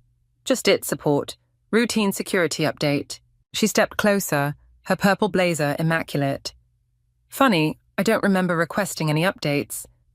"Your husband did," I said quietly, watching her face. "Daniel Martin? Or did you think I wouldn't find out?" The color drained from her face. "I don't know what I'm talking about." I stood, pocketing the USB drive. "The Grand Hotel might disagree. Room 412 has quite a view, doesn't it?" Her composure cracked. "Listen, I can explain." "To who?" "The board, the SEC. I have enough evidence of financial fraud to bury both of you. You're bluffing. I pulled out my phone, playing a recording, Daniel's voice discussing their escape plans, captured by the bug I'd planted in his car last week. My daughter, I said softly, keeps having visions of a car crash. Funny how children sometimes know things before they happen. Sophie's hand trembled as she reached for her desk phone. I wouldn't, I warned, unless you want these files sent to every board member right now. One click. I held up my phone. Your choice. The phone clattered back into its cradle. Smart girl. I moved toward the door. Oh, and Sophie, purple isn't your color. Back in my car, my hands finally started shaking. Rachel's text lit up my phone. Daniel's looking for you, says it's urgent. Another message popped up, from our babysitter. Mia won't stop crying, keeps saying something bad is coming. I started the engine, my mind racing. The evidence I'd gathered would destroy them both professionally. But Mia's warnings about the crash haunted me. Was I pushing too far, or not far enough? My phone rang. Daniel. I let it go to voicemail, then played his message. Elizabeth, we need to talk. I know you were in the building today. Whatever you think you know, please just come home. We can fix this. Fix this, as if our marriage was just another business deal he could negotiate. I pulled out of the parking garage into the rain, heading for Mia's school. Behind me, a car engine revved aggressively. In my rearview mirror, I caught a flash of purple. Sophie's car, gaining speed. Mia's voice echoed in my head. A car crash. But we can change it, Mommy. I gripped the steering wheel tighter, watching Sophie's car weave through traffic toward me. Time to find out if my daughter's visions could really be changed. The call came during Mia's ballet class. My mother had collapsed at the grocery store. Massive heart attack. By the time I reached the hospital, she was gone. Just like that, as if the universe needed to pile on one more cruel joke. I stood in the hospital corridor, my phone buzzing with Daniel's messages. In a meeting, can't get away, handle the arrangements. Handle the arrangements, like it was just another task on his to-do list. Mia sat in the plastic chair beside me, her ballet tutu still on, small fingers tracing patterns on the armrest. Grandma says she's sorry she didn't warn us. My head snapped up. What did you say? She's here. Mia pointed to the empty chair across from us. She says to check her garden shed. There's something you need to see. That night, after leaving Mia with Rachel, I drove to my mother's house. The garden shed's key was where it had always been, under a ceramic frog. Inside, beneath gardening tools and old flower pots, I found a locked metal box. The combination was my birthday. Mom had always been sentimental that way. Inside were letters, dozens of them, recent ones, all addressed to me, never sent. As I read, my hands began to shake. Elizabeth, I've seen him with her, the young woman in purple. I didn't know how to tell you. He reminds me so much of your father before he left. The last letter was dated 3 days ago. I confronted him today. He laughed it off, but there was something in his eyes that scared me. Be careful, sweetheart. People who hide secrets that deep can be dangerous when cornered. My phone lit up. Daniel again. Where are you? We need to talk about the funeral arrangements. I texted back. Mom's house, cleaning out some things. His response came quickly. Stay there, coming to help. Who? 20 minutes later, headlights swept across the shed window. I heard car doors, plural. Voices drifted through the evening air. Are you sure she knows? Sophie's voice. The way she looked at me today. We need those letters. Daniel's reply sent ice through my veins. They knew. Somehow they knew about Mom's letters. Had they been watching her too? I slipped the letters into my jacket and moved deeper into the shed's shadows. Through a crack in the door, I watched them approach the house. Daniel tried his key, the one Mom had asked him to return months ago, claiming she'd lost it. Check the garden, he ordered Sophie. Her mother was always puttering around out here. Sophie's heels clicked on the path, getting closer to the shed. I pressed myself against the wall, heart pounding. The doorknob turned. A child's voice cut through the darkness. Daddy? Why are you at Grandma's house? Mia stood in the garden, still in her ballet clothes. Rachel stood behind her, arms crossed. "I thought you were handling the funeral arrangements," Rachel said, her voice sharp with accusation. Daniel stepped away from the house. We were just... We? Rachel's eyebrows rose as Sophie emerged from behind a hedge. "The lady in purple," Mia said clearly. "The one from the trunk. Grandma says she's dangerous." Sophie's face went white. "What is she talking about?" I pushed open the shed door, letters clutched to my chest. "She's talking about you, Sophie. You and Daniel, and how you both knew my mother was on to you." Daniel moved toward me, hands raised. "Elizabeth, whatever you think. She had a heart attack right after confronting you." My voice cracked. "What did you say to her, Daniel? What did you do?" "Nothing. It was just a coincidence." Like the offshore accounts, the escape plans, the convenient timing of her death.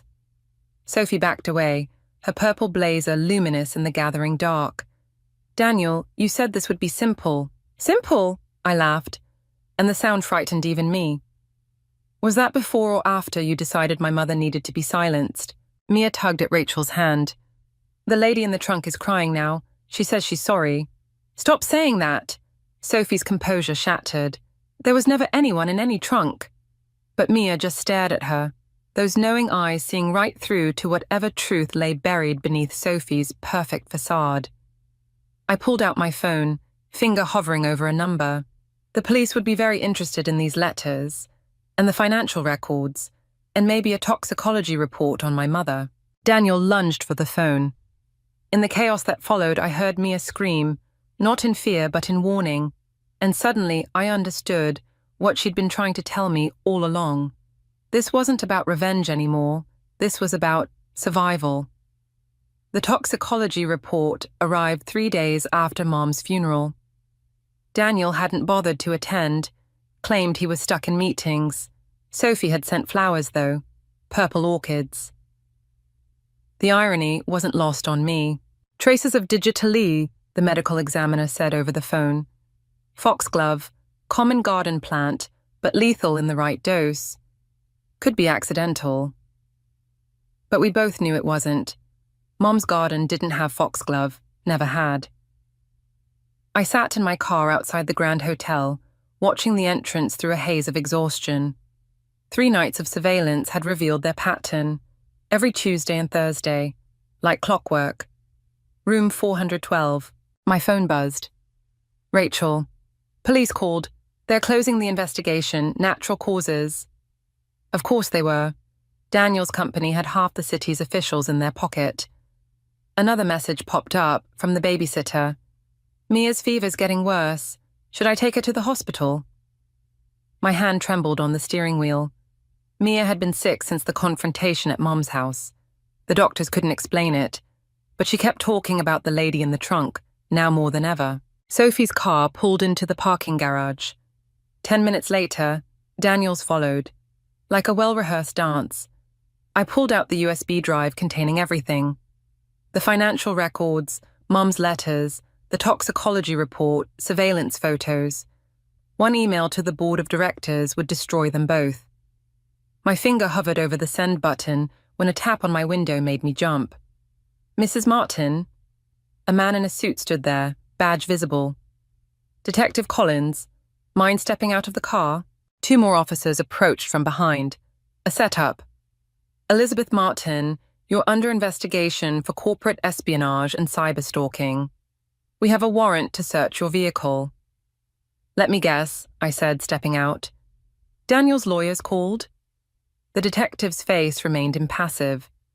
"We received evidence of unauthorized access to private corporate files and concerning behavior following your mother's death. They found the surveillance equipment in my trunk, the photos, the USB drive, everything I'd gathered over weeks of careful planning, gone in minutes." "Your daughter's quite imaginative," Detective Collins said, examining my phone. "All these notes about someone in trunks. Your husband's concerned about her mental state, and yours." "He killed my mother," I whispered. "Your mother died of natural causes, Mrs. Martin. The medical examiner confirmed it." He paused. "Though your recent internet searches about digitalis are..." Interesting. My blood ran cold. They'd twisted everything around, made me look like the unstable one, the threat. My phone rang. The babysitter again. Mia's asking for you. She's crying about the lady in purple hurting someone else. I need to go, I said. My daughter's sick. Of course. Detective Collins smiled without warmth. But first, we'll need you to come down to the station, just to clear a few things up. 3 hours of questioning later, they released me with a warning and a temporary restraining order. I couldn't go near Daniel, Sophie, or their officers. Any evidence I had was now part of an ongoing investigation. I rushed to Rachel's house, where she'd taken Mia after the babysitter called. She's sleeping, Rachel whispered, leading me to the guest room. But Elizabeth, there's something else. She handed me her tablet. On the screen was an article from 6 years ago. Young woman's disappearance remains unsolved. The photo showed a girl in her 20s, another of Daniel's employees, another affair exposed. She vanished after threatening to go public, Rachel said quietly. They found her car at a train station. Case went cold. The girl in the trunk, I breathed. Elizabeth. Rachel gripped my arm. What if Mia isn't just imagining things? What if she's trying to warn us? In the guest room, Mia stirred in her fever sleep. Mommy, she murmured, the lady says we're running out of time. I touched her burning forehead, remembering Mom's last letter. People who hide secrets that deep can be dangerous when cornered. My phone lit up with a final message from Daniel. It's over, Elizabeth. Don't make this worse than it already is. But as I watched Mia toss in her troubled sleep, I realized it was far from over. I'd been playing their game, surveillance, evidence, legal channels. But they'd already rigged those rules. Time to make some new ones. The Mercedes purred along the coastal highway, Daniel behind the wheel, thinking this was his idea. A reconciliation drive, he'd called it. Just the three of us, like old times. Mia sat in her car seat, unusually quiet, watching the sunset paint the ocean blood red. I kept my hands folded in my lap, feeling the weight of the USB drive in my pocket, the one copy the police hadn't found. You've been reasonable about everything, Daniel said, breaking the silence. The restraining order, the investigation, I appreciate that. I smiled, remembering the missing girl's photo. Tell me about Jessica Porter. His hands tightened on the wheel. Who? The girl who disappeared 6 years ago, your previous assistant. Ancient history, he muttered. Office gossip. The lady says she's cold, Mia whispered from the back seat. She's always cold now. Daniel's face went ash white. Stop it, Mia. Stop saying things like that. Pull over, I said quietly. Elizabeth, pull over or I send these files to every board member right now. I held up my phone, including the ones about Jessica. He guided the car into a scenic overlook, empty except for one other vehicle, Sophie's purple BMW. You planned this, he accused, like you planned Mom's garden visit. His laugh was hollow. You can't prove anything. The trunk, Daddy, Mia said. She wants out of the trunk. Daniel's composure cracked. Shut up. Just shut up. Sophie emerged from her car, wearing that familiar purple blazer. Daniel, what's going on? I stepped out of the Mercedes, USB drive in hand. Show her, Daniel. Show her what happened to the last one who threatened to expose you. He said you disappeared, Sophie said slowly. Took a settlement. Moved abroad. Jessica Porter never left the country, I said. Did she, Daniel? His face twisted. You've lost your mind. All this conspiracy nonsense. The lady says check the trunk, Mia interrupted. Her trunk, Daddy. The one you locked. Sophie's eyes widened. What trunk? His storage unit, I said. The one he rented 6 years ago, paid in cash. I found the receipt in Mom's letters. Sophie backed away from Daniel. What did you do? Nothing. They're crazy, both of them. But his voice shook. I held up my phone again. The police are on their way. Real police this time, not your bought friends. They're reopening Jessica's case. Daniel lunged for my phone. I sidestepped, but he grabbed my arm, spinning me toward the cliff's edge. Sophie screamed. Then Mia's voice cut through everything. "The lady says now, Mummy. Open it now." I pressed send. Daniel's phone buzzed, then Sophie's, then every device within range as the emergency alert went out. Missing person update, Jessica Porter. Police sirens wailed in the distance. Daniel's grip loosened. "You can't prove anything," he whispered, but his eyes darted to Sophie's car. "Check her trunk," I told the approaching officers. "The purple BMW. He borrowed her car that week, didn't you, Daniel?" Sophie fumbled for her keys, hands shaking. No, he wouldn't." The trunk popped open. Later, they'd find traces. DNA. Fibers. Enough to reopen everything. Jessica's disappearance, Mom's death, all of it. But in that moment, as Daniel fell to his knees and Sophie backed away in horror, all I could hear was Mia's soft voice. "The lady says thank you, Mummy. She can rest now." Daniel looked up at me, defeated. How? How did you know?" "You taught me well," I said. "About hiding things in plain sight, about using people's weaknesses against them." I touched Mia's shoulder, about underestimating the ones closest to you. The police moved in with handcuffs as the sun finally set, painting everything in shadows. Sophie sobbed against her car, mascara running in purple-black streaks. "Was any of it real?" I asked Daniel as they led him away. "Any of it at all?" He stopped, looking back at Mia. "She really sees her, doesn't she? In the trunk?" "She sees everything, Daniel. Everything you tried to hide." As the police cars pulled away, Mia took my hand. "The lady's smiling now, Mommy. She's not cold anymore." I squeezed her hand, watching the Mercedes gleam in the twilight. Some trunks, once opened, can never be closed again. But maybe that's how the truth finally gets free. The courtroom emptied slowly after Daniel's sentencing. Life without parole. Justice served in clean, measured words that couldn't begin to capture what he'd done to Jessica Porter, to my mother, to all of us. Sophie had taken a plea deal, trading testimony for immunity. Last I heard, she'd moved across the country, leaving her purple blazers and corporate ambitions behind. I lingered in the wooden pew-like benches, watching Daniel's parents hurry out, unable to meet my eyes. The evidence had been overwhelming. DNA, financial records, witness testimony. But it was Mia's words that had cracked him on the stand. "The lady in the trunk forgives you, Daddy."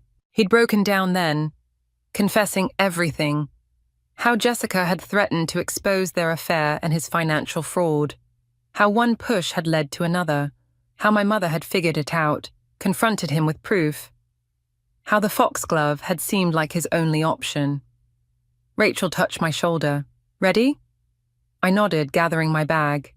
As we walked out into the autumn sunshine, she hesitated. "There's something you should know," she said. "About Mia's abilities." "I know," I replied. "About Mom." Rachel's eyes widened. "How?" "Found her diary last week. She had them too. The visions, the warnings. That's how she knew about Jessica, about Daniel." I smiled faintly. "Guess it runs in the family." "Elizabeth." Rachel gripped my arm. "The police found something else in Sophie's trunk. Recent." My blood ran cold. "What?" "A purple scarf, and digitalis, the same kind that killed Mom." The pieces clicked into place. Sophie wasn't just covering for Daniel. She was learning from him. At home, Mia sat at her little desk drawing. Pictures of women in purple, of trunks and gardens, of secrets finally seeing daylight. "The ladies are quiet now," she said without looking up, "but they say there are others. Other trunks. Other secrets." I picked up one of her drawings. A detailed sketch of a car trunk, a purple scarf, a garden full of foxglove. Evidence that had been there all along, if only we'd known how to see it. My phone buzzed. A text from Detective Collins. "Found 3 more cases, similar pattern, different cities. Want to consult?" I looked at Mia, still drawing her truths in crayon and colored pencil. "What do you think, sweetheart? Should we help other ladies in trunks?" She nodded, adding a final touch to her artwork, a key drawn in purple, unlocking something dark. That night, I sat in Mom's garden where it had all started. The foxglove was gone now, replaced with roses, Red ones, Mia's choice. The garden shed stood empty, its secrets already told. Rachel joined me, 2 glasses of wine in hand. You know, most people would move away, start fresh. Most people don't have what we have. A gift or a curse. I thought about Daniel in his prison cell, about Sophie somewhere out there, about all the other trunks still waiting to be opened. Both, I said finally. Mom knew it. That's why she kept watching, kept digging. Some secrets need to stay buried. Others need someone to let them out, Rachel finished. Inside, Mia's nightlight cast shadows on her bedroom wall, shapes that might have been women dancing, or keys turning, or truth finally breaking free. I touched the scar on my wrist where Daniel had grabbed me that last day on the cliff. It was fading now, like his hold on our lives. But some marks remain, reminding us of what we've survived, what we've learned, what we've become. My phone buzzed again. Another case, another city, another trunk waiting to be opened. I thought of Jessica Porter, finally laid to rest. Of Mom, watching over us through Mia's eyes. Of all the others still waiting for someone to hear their whispers. The lady says we're ready, Mia called from her room, her voice carrying that familiar certainty. I smiled, picking up my old investigator's badge from the garden table. Sometimes the best revenge isn't about destroying your enemies. Sometimes it's about becoming exactly what they feared you'd be. The one who sees their secrets, who hears the whispers, who opens the trunks they thought would stay locked forever. Yes, I said, watching the roses sway in the evening breeze. We're ready. The call came during my lunch break, Ryan's voice cracking with an urgency I'd never heard before. Get out of the house now, Tessa. Don't pack, don't ask questions. Just go to your parents' place and wait for me there. I gripped my phone tighter, my sandwich forgotten on my desk. Ryan, what's going on? Please just trust me on this. I'll explain everything later. The line went dead. My hands trembled as I gathered my purse. The marketing proposal I'd spent weeks perfecting lay abandoned on my computer screen. 3 months of marriage, and already my world was tilting on its axis. Taking off early? Sarah from accounting peered over her cubicle wall. Family emergency. The words tasted bitter. I'd used the same excuse last week when Margaret, my mother-in-law, had orchestrated another of her impromptu family dinners, the ones where she'd parade Clara around like some sort of trophy daughter-in-law that never was. The drive home was a blur of red lights and horn blasts. My mind raced through possibilities, each worse than the last. Had something happened to Frank? Was Margaret finally making her move to destroy our marriage? Or was it Clara, with her perfectly timed appearances and lingering touches on Ryan's arm? I pulled into our driveway, half expecting to find the house in flames. Instead, everything looked exactly as I'd left it this morning. The newspaper still on the porch, my gardening gloves draped over the railing. The normalcy felt wrong, somehow more threatening than any visible danger. My phone buzzed. A text from Clara. Heard about Ryan's call. Just checking if you're okay? We're all worried. We. That single word sent ice through my veins. How did she know about the call? And who exactly was we? I deleted the message without responding and dialed Ryan again. Straight to voicemail. Inside the house, everything seemed undisturbed, but the air felt heavy with secrets. I grabbed my laptop and a few essential documents from our home office. Whatever was happening, I wasn't walking into it blind. Another text buzzed through, Margaret this time. Dear, perhaps we should talk before you do anything rash. Family matters are best handled within the family. I laughed, a harsh sound in the empty house. Family. Right. Because she treated me like family from day one, hadn't she? With her subtle digs about my career, her constant reminiscing about Ryan and Clara's childhood together, her pointed comments about traditional values. The front door creaked. I froze, clutching my laptop to my chest. Tessa. Clara's voice floated through the hallway. Your car's outside. I know you're home. I slipped into the kitchen, my heart hammering. Through the window, I could see Paul's car idling in the street, Clara's brother waiting behind the wheel. We're just trying to help, Clara called out, her footsteps moving closer. Margaret's worried sick about Ryan. He's not been himself lately, has he? Ever since the wedding.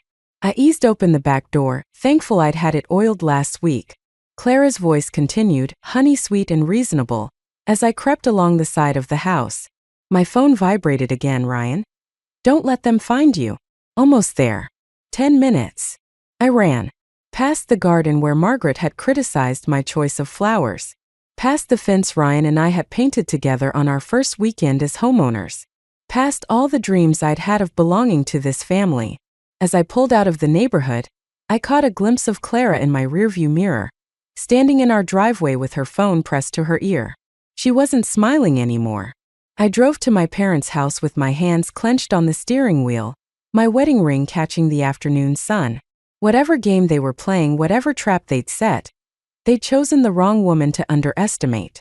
I sat at my parents' kitchen table, staring at the family photos lining their walls. Happy faces, genuine smiles. Nothing like the brittle pleasantries at the Morgan family dinners. The memory of last week's disaster surfaced, sharp as broken glass. More wine, Tessa dear? Margaret had held the bottle over my glass, not waiting for an answer. Clara, you remember how Ryan used to hate red wine until you introduced him to that lovely Bordeaux on your trip to France? Clara's laugh had tinkled like wind chimes. Oh, that was ages ago. Before university, wasn't it, Ryan? I'd watched my husband's face tighten. I don't remember that trip. Of course you do, Margaret had insisted. It was right after that summer you two dated. The silence that followed had been deafening. Ryan had never mentioned dating Clara. Not once in our 2 years together. Now, sitting in my childhood home, I pulled out my phone and scrolled through old social media posts. There they were, Ryan and Clara, tagged in countless photos over the years. Family vacations, holiday celebrations, casual dinners. In every image, Clara stood just a little too close, her hand always finding its way to Ryan's arm or shoulder. The doorbell rang, startling me from my investigation. Through the peephole, I saw Frank Morgan shifting nervously on the porch. Tessa. His voice was barely above a whisper. Can we talk? I opened the door but blocked the entrance. Does Margaret know you're here?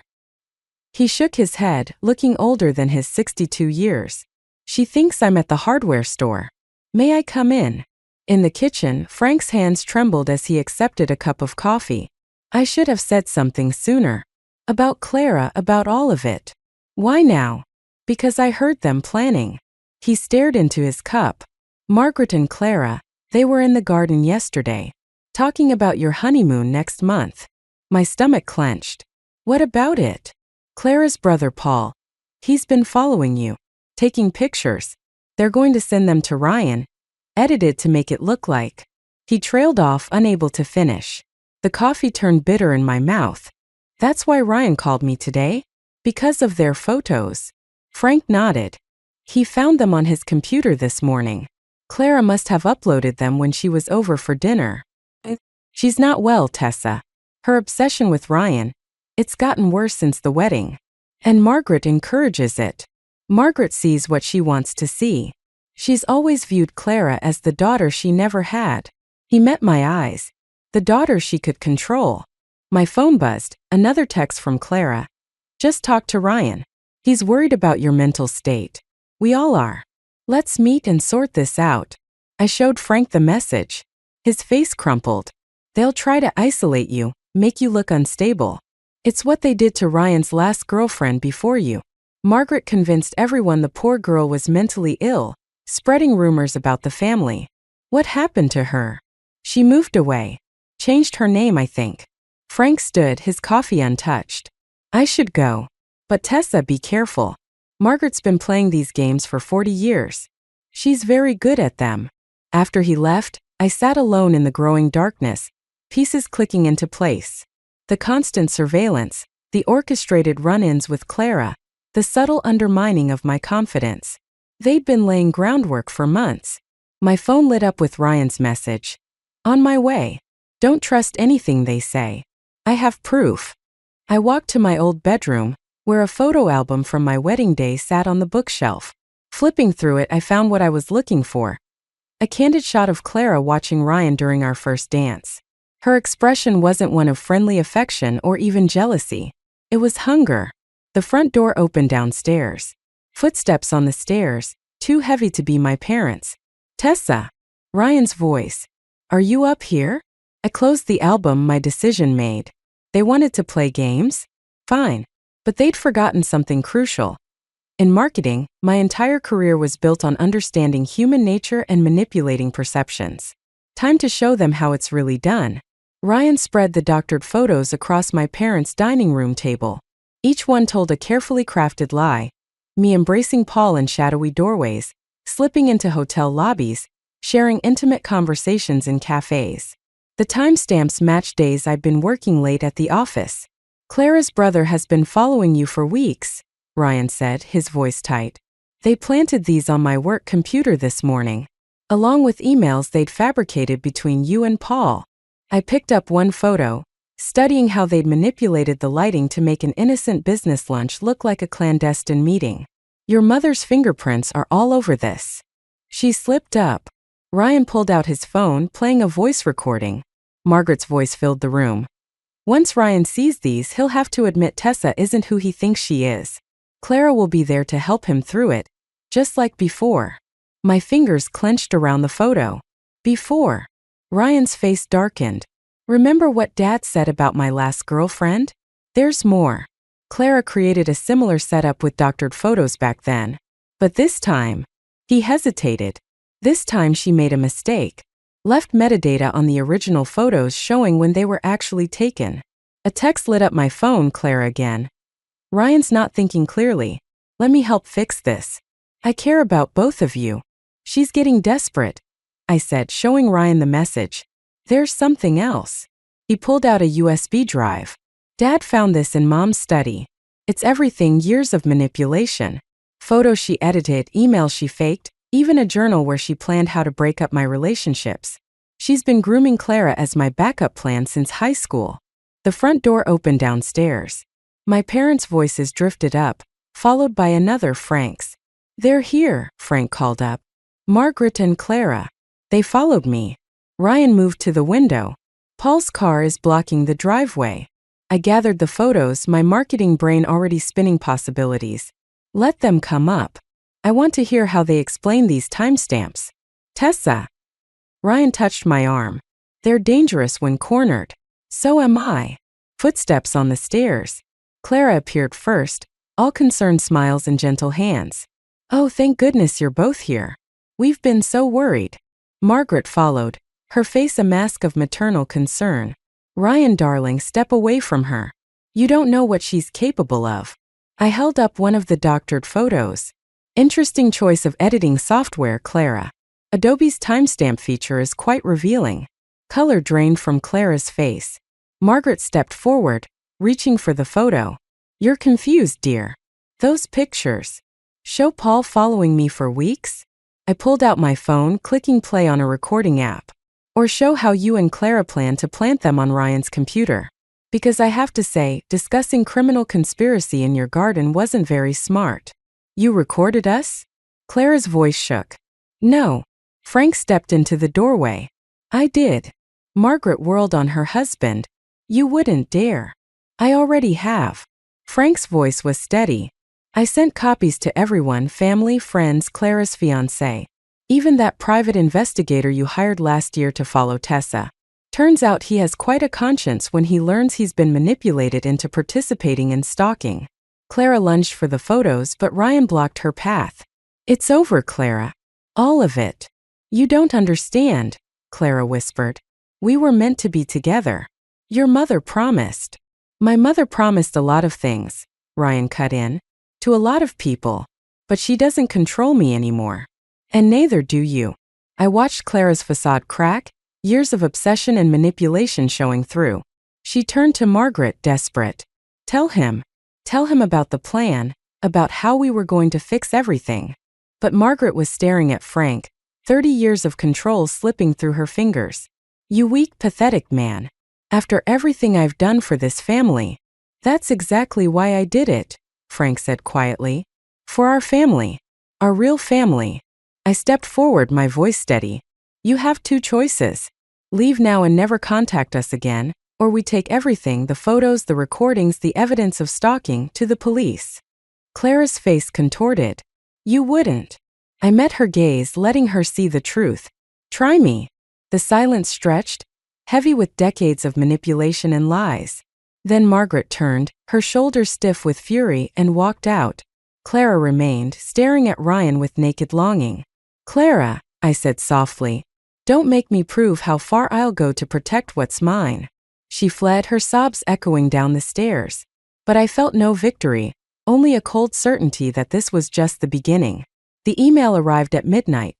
A single photo attachment from an anonymous account. My hand shook as I opened it. Margaret and Clara outside a psychiatric facility, dated 3 years ago. The caption read, "Ask Ryan about Jessica." I stared at my sleeping husband on my parents' guest bed. His face troubled even in rest. Jessica.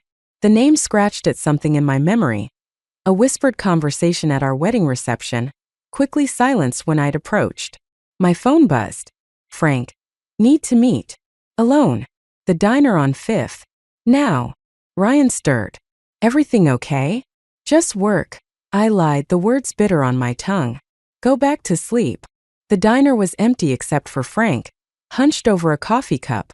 When I slid into the booth, he pushed a manila envelope across the table.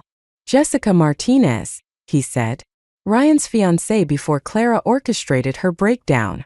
Inside the envelope, newspaper clippings told the story. Jessica Martinez, promising young attorney, committed after a public breakdown. Released 6 months later, she disappeared completely. Clara didn't just want to break them up, Frank continued. She wanted to destroy Jessica. And Margaret helped. How? The same way they're trying with you. Small things at first, moving items in Jessica's house, sending emails from fake accounts, arranging coincidental meetings that made her look unstable. He paused. Ryan never knew the full truth. He thought Jessica's breakdown was real. My coffee grew cold as Frank detailed their methodology. The gaslighting, the carefully planted evidence, the slow isolation from friends and family. Why tell me this now? Because they're escalating faster with you. They learned from their mistakes with Jessica. Frank's hands trembled. Margaret's already contacted your firm's HR department. Anonymous concerns about your mental health. The diner's fluorescent lights suddenly felt too bright. Ryan would never believe. Ryan believed it about Jessica. Frank's eyes were haunted. He trusted his mother's concern then. And Clara. She's perfected her role as the supportive friend. My phone lit up with a text from Clara. Ryan's worried about you sneaking out at night. Let me help before things get worse. They're watching the house, I realized. Frank nodded. Paul's car. 2 blocks down. I scrolled through my photos, finding the one from my wedding. Clara watching Ryan during our first dance. The hunger in her eyes matched the woman who'd stood outside that psychiatric facility. There's something else, Frank said. Jessica didn't just disappear. The diner's door chimed. Clara walked in, her concerned smile perfectly practiced. Oh, thank goodness, she gushed. Ryan's been frantic. He woke up and you were gone. She reached for my arm. I jerked away. Don't touch me. Sweetie, you're not well. We can all see it.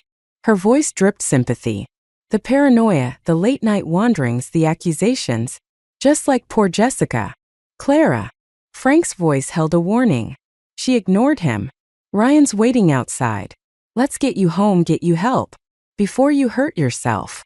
Through the diner's windows, I saw Ryan's car pulling up. Margaret in the passenger seat. The trap was closing. I stood, my chair scraping loudly. You know what happened to Jessica, don't you? Clara's mask slipped for just a moment. Jessica was sick. She needed help. No. The revelation hit like lightning. She figured it out. That's why she disappeared.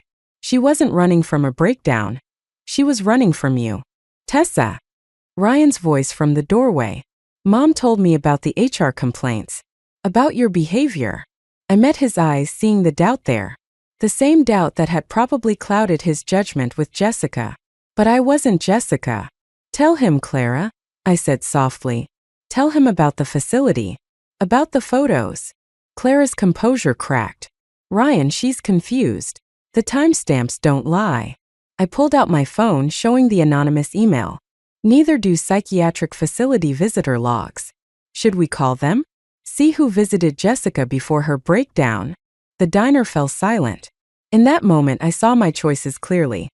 Run like Jessica or stand and fight. And I'd never been good at running.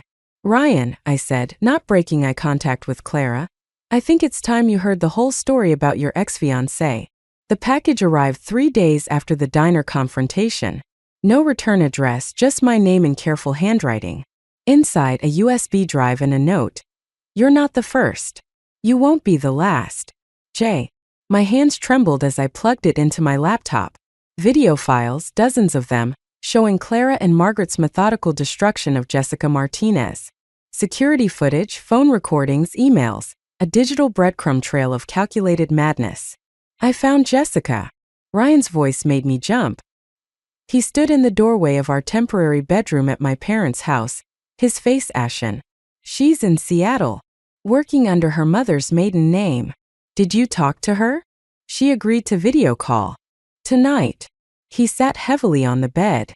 She said Clara visited her in the facility, told her if she ever came back, there'd be worse consequences than a psychiatric hold. My phone buzzed. Clara's fiancé, James. Can we meet? Something's not right with Clara. I showed Ryan the message. It's probably a trap. Or an opportunity. Ryan's jaw tightened. James needs to know what he's getting into. The cafe was crowded enough to feel safe. James sat alone, turning his coffee cup nervously. When he saw us, his face crumpled. Clara's pregnant, he blurted out. At least, that's what she told Margaret.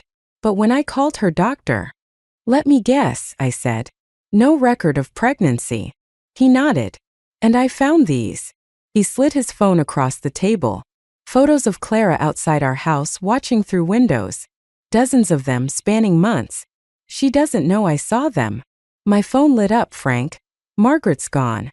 Cleared out her accounts this morning. They're making their move, Ryan muttered. James leaned forward. There's more. Clara's been meeting someone at the psychiatric facility where Jessica stayed.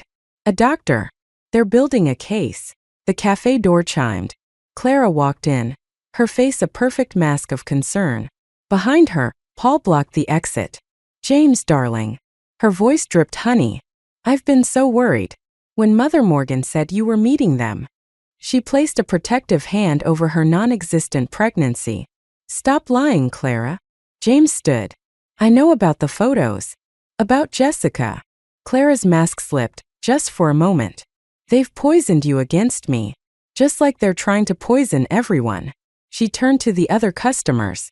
My fiancé's sister is mentally ill. We're just trying to get her help. People started staring. Phones came out. Recording this? I stood slowly. Good. Because Clara Bennett and Margaret Morgan are about to be famous for all the wrong reasons. You don't want to do this, Paul warned, moving closer. Actually, I do. I opened my laptop, turning it to face the growing crowd. Jessica Martinez sent me something interesting. Want to see how they drove her to a breakdown? Or should we start with the fake pregnancy records Clara's been creating? Clara lunged for the laptop.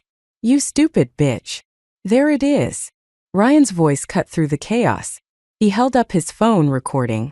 The real Clara Bennett. She froze, realizing her mistake. The cafe had gone silent. Dozens of phones capturing her transformation from concerned friend to snarling aggressor. Where's my mother? Ryan asked quietly. Clara's laugh was brittle. Somewhere you'll never find her. She's making sure everything's ready. For when Tessa has her inevitable breakdown. You mean like this? I pressed play on Jessica's video. Clara's voice filled the cafe. Just sign the commitment papers, Jessica. Admit you're unstable, and this all goes away. James backed away from Clara, horror dawning on his face. What have you done? What I had to do. Clara's composure cracked completely. He was supposed to be mine.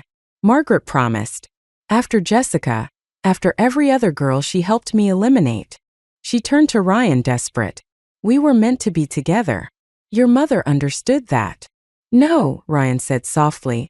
My mother used you. Just like she used everyone else. My phone buzzed one final time, an email from Jessica. Sending this to every news outlet now. Good luck. Clara saw the headline appear on my screen. Systematic gaslighting ring exposed. Prominent family's mental health manipulation scheme. In that moment, watching Clara's world implode, I felt no satisfaction. Only a bone-deep weariness and a single burning question. Where was Margaret and what final trap had she set? The answer came sooner than expected, as police sirens wailed in the distance, growing closer. The police didn't come for Clara. They came for me. Tessa Morgan, the officer read from his tablet. You're wanted for questioning regarding allegations of stalking, harassment, and cyber threats against Clara Bennett and Margaret Morgan. The cafe had gone silent. Phones still recorded, but now they were pointed at me. Clara's mask of victimhood slipped perfectly back into place, tears streaming down her face. See, she whispered. This is exactly what we were afraid of. Ryan stepped forward. This is ridiculous. We have proof. Of elaborate forgeries, Paul interrupted, holding up a folder. Created by your wife to harass my sister. The metadata proves it. My laptop. The USB drive. Everything Jessica sent. They'd somehow corrupted it all, twisted it back against me. I watched the officer scroll through what looked like my emails, my photos, all doctored to show an obsession with destroying Clara's life.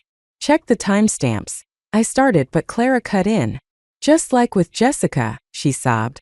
She's trying to recreate what happened, but making me the villain this time. The doctors warned us this might happen. My phone buzzed one last time before the officer confiscated it. Frank? Margaret's at your office. She's speaking to HR now. The pieces clicked together. While we'd been focused on Clara's breakdown, Margaret had been methodically destroying my credibility, my career, my life.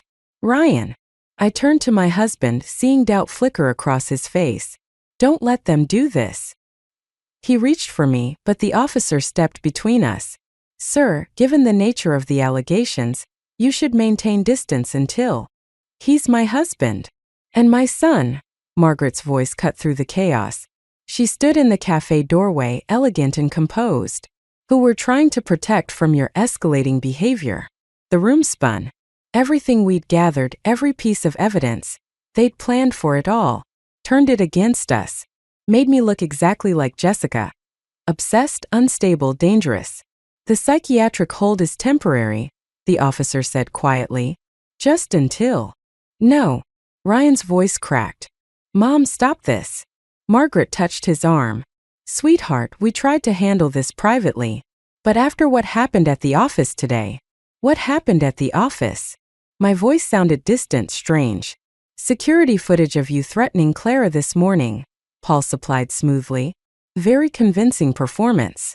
But I hadn't been near the office. I'd been. The realization hit like ice water. They'd planned this months ago. Built their case while we thought we were building ours. Show them, I whispered to Ryan. Jessica's video call tonight. Already handled, Margaret said softly. The real Jessica Martinez called earlier, very disturbed by your attempts to impersonate her.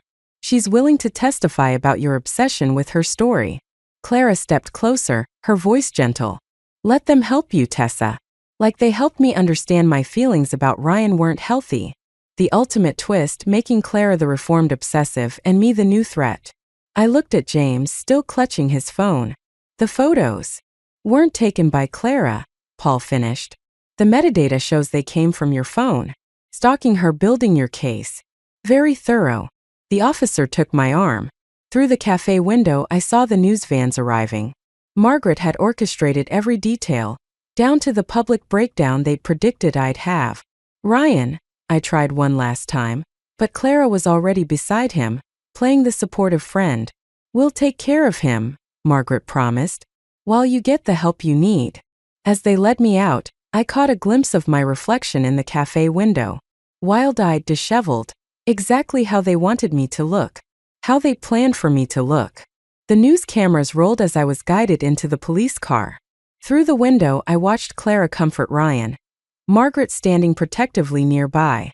The perfect family tableau, with me cast as the unstable outsider who tried to destroy their happiness. Don't worry, the officer said kindly. The facility has an excellent reputation. The same facility where Jessica had been held. Where Clara had threatened her. where they'd perfected their technique. The car door closed, sealing me in silence. In the rearview mirror, I saw Margaret smile. The facility's visitor room smelled of artificial lavender and despair. 3 days of observation had taught me their routines, their blind spots. Now I waited, watching Margaret and Clara arrange themselves across the table, their faces masks of rehearsed concern. "The doctors say you're not cooperating," Margaret began. I smiled, the same empty smile Clara had perfected. "How's Ryan?" "Worried sick," Clara answered quickly. "He wanted to come, but you couldn't risk him seeing the real Jessica Martinez, could you?" Their mask slipped just slightly. Margaret recovered first. "The delusions are getting worse. Dr. Andrews warned us." "Dr. Andrews?" I placed a USB drive on the table. "The same one who helped you forge Jessica's commitment papers? He's been very cooperative since the FBI started investigating medical fraud." Clara's hand trembled as she reached for her water glass. "You're lying." "Am I?" I turned to the observation window. "Frank." The door opened. Frank walked in, followed by Ryan and a woman I recognized from Jessica's photos. The real Jessica Martinez.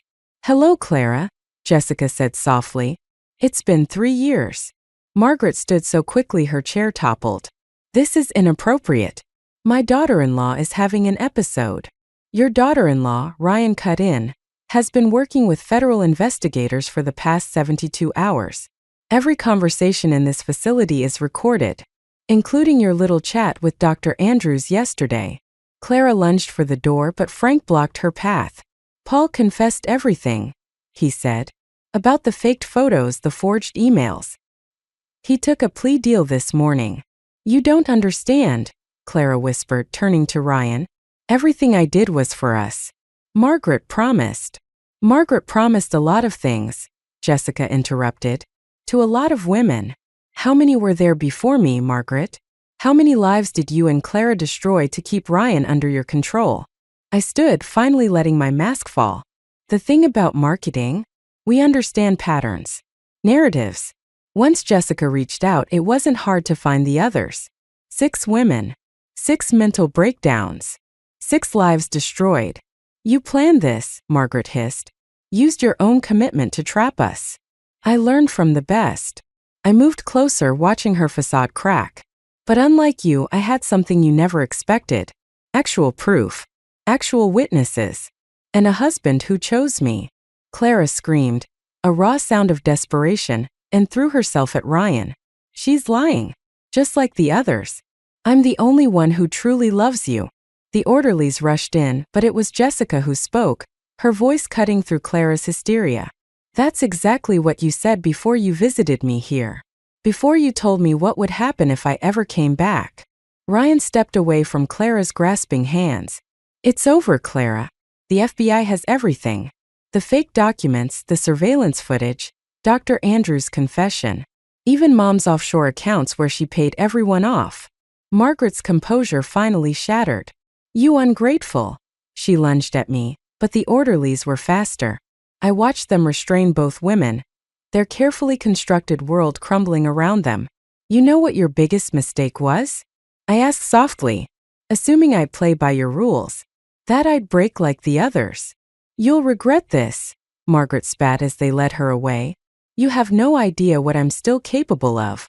"Actually," Frank interrupted, "we do. That's why I gave the FBI access to all your private accounts this morning, including the ones in the Caymans." Clara's sobs echoed down the hallway. Ryan took my hand as Jessica spoke with the federal agents. "I'm sorry," he whispered, "for doubting even for a moment." I squeezed his hand, watching Margaret and Clara being led away in handcuffs instead of me. "You came through when it mattered." Frank touched my shoulder. "The others are here.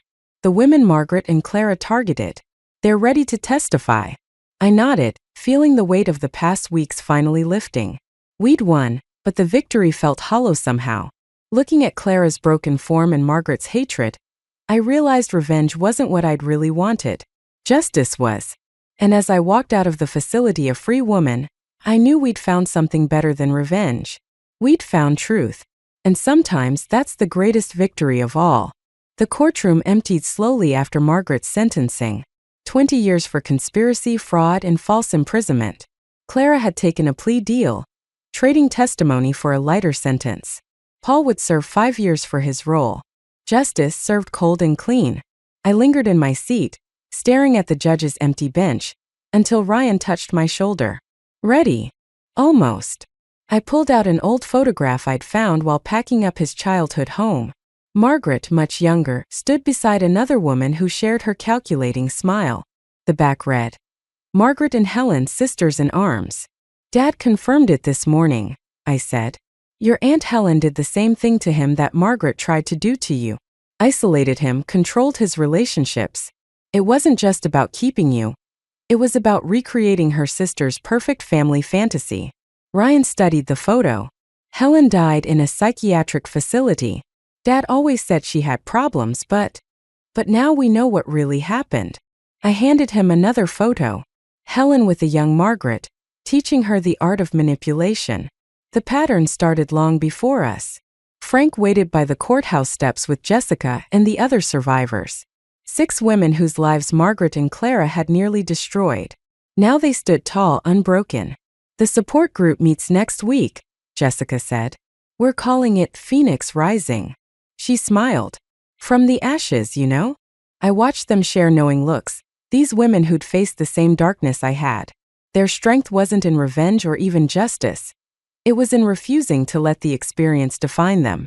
"The house is almost packed up," Frank said. "Found this in Margaret's study." He handed me a leather-bound journal. "Might help explain some things. Or not. Sometimes understanding the monster doesn't make it less monstrous." Inside, Margaret's elegant handwriting detailed decades of manipulation. Not just of Ryan but of everyone around her. The last entry, dated the day before her arrest, read, "Tessa sees the game now. But she doesn't understand. It's not about winning. It's about playing forever." She thought she was teaching me. I realized. Every move, every countermove, she was grooming me to become her, just like Helen groomed her. Ryan took the journal, his face troubled. "We could burn it. End the pattern here." "No." I closed the journal firmly. "It belongs in evidence. For the next time someone like Margaret tries to play these games." We walked to our car, leaving the courthouse and its justice behind. Frank headed to his new apartment, free from Margaret's shadow. Jessica and the others dispersed, carrying their victory like shields against future darkness. At home, our real home, not the battlefield it had become, I found one last photo that Margaret had hidden. Ryan as a child, smiling genuinely, before his mother's manipulation had dimmed his light. Before Clara had been positioned as his savior. Before the games began. "We're having dinner with your parents tonight," Ryan said, watching me study the photo. "Mom wants to hear about the support group. My mother's cooking. My father's bad jokes. Simple things that Margaret had tried to twist into weapons. But she'd failed, because she'd never understood what real family meant." The doorbell rang, a delivery. Inside the package, a letter from Clara, forwarded by her lawyer. I started to tear it up, then stopped. Understanding the past didn't mean letting it control our future. I placed the unopened letter in a box with Margaret's journal and the old photos. Evidence of a pattern we'd broken. A legacy we'd refused to inherit. "Ready for dinner?" Ryan asked. I looked around our home at the life we were reclaiming. The shadows were still there, but they no longer held power. Margaret had wanted to teach me her game, but she taught me something else instead. How to end it. "Ready," I said, leaving the box of shadows behind. Sometimes victory isn't in winning the game. It's in refusing to play. And sometimes the best revenge is simply living well, on your own terms, in the light. I stare at the pink slip in my hands, the words, "Termination effective immediately," swimming before my eyes like cruel little fish. 10 years of dedication to the Riverside Public Library, reduced to a single sheet of paper and a box of personal belongings. "I'm sorry, Sarah," Director Thompson says, not meeting my eyes. His hands fidget with a gold pen, the same one I'd given him last Christmas. "It's out of my hands. The board's decision is final." The lie in his voice is as clear as the afternoon sun streaming through his office window. I've known this man for a decade, watched him stammer through budget meetings and celebration speeches, He's never been good at deception. Who made the call? I ask, my voice steadier than I expect. Really made it? He clicks the pen repeatedly, a nervous tick I've seen 1,000 times. I can't discuss that. Legal reasons, you understand. I don't understand, not at all. But I gather what's left of my dignity and stand up, the chair scraping against the floor with a sound like fingernails on a chalkboard. Of course, legal reasons. The words taste like vinegar on my tongue. My box sits on my desk, hastily packed by someone else's hands. My carefully curated reading recommendations for the children's section are already gone, replaced by generic bestseller lists. They didn't waste any time erasing me. Emily catches me at the front desk, her face flushed with anger. This is bullshit, Sarah. Complete bullshit. They can't just... They can. I cut her off, shifting the box in my arms. They did. But your programs, the literacy initiative, someone else will handle it. The words come out sharper than intended, making Emily flinch. Sorry, I need to process this. The walk to my car feels like a walk of shame, even though I've done nothing wrong. My mind races through possible reasons. Budget cuts, personal vendetta, the recent divorce making me appear unstable. None of it makes sense. My phone buzzes as I reach the parking lot. Unknown number. Hello? Miss Mitchell? A man's voice, smooth as aged whiskey. I couldn't help but notice your situation at the library. Perhaps we could discuss some opportunities over coffee? I should hang up. Strange men calling at precisely the wrong moment screams, trap. But something in his voice holds me there, like a hook caught in tender flesh. Who is this? Ryan Harper. The name means nothing to me, but the confidence in his tone suggests it should. I have a proposition that might interest you, given your current circumstances. My current circumstances happened 10 minutes ago. He chuckles, the sound rich and warm. News travels fast in certain circles. The daily grind, 30 minutes. I'll be the one with the Wall Street Journal and an espresso. I should say no. Should go home, curl up with a bottle of wine, and lick my wounds. But anger and curiosity make a dangerous cocktail. 45 minutes, I counter. I need to drop some things at home. Perfect. And Miss Mitchell? I'm truly sorry about the library. It's not right what they did to you. The line goes dead before I can respond. I sit in my car, staring at the box of memories in my passenger seat, and feel something shift inside me. The familiar comfort of books and routine crumbles away, revealing something harder underneath, something that wants answers.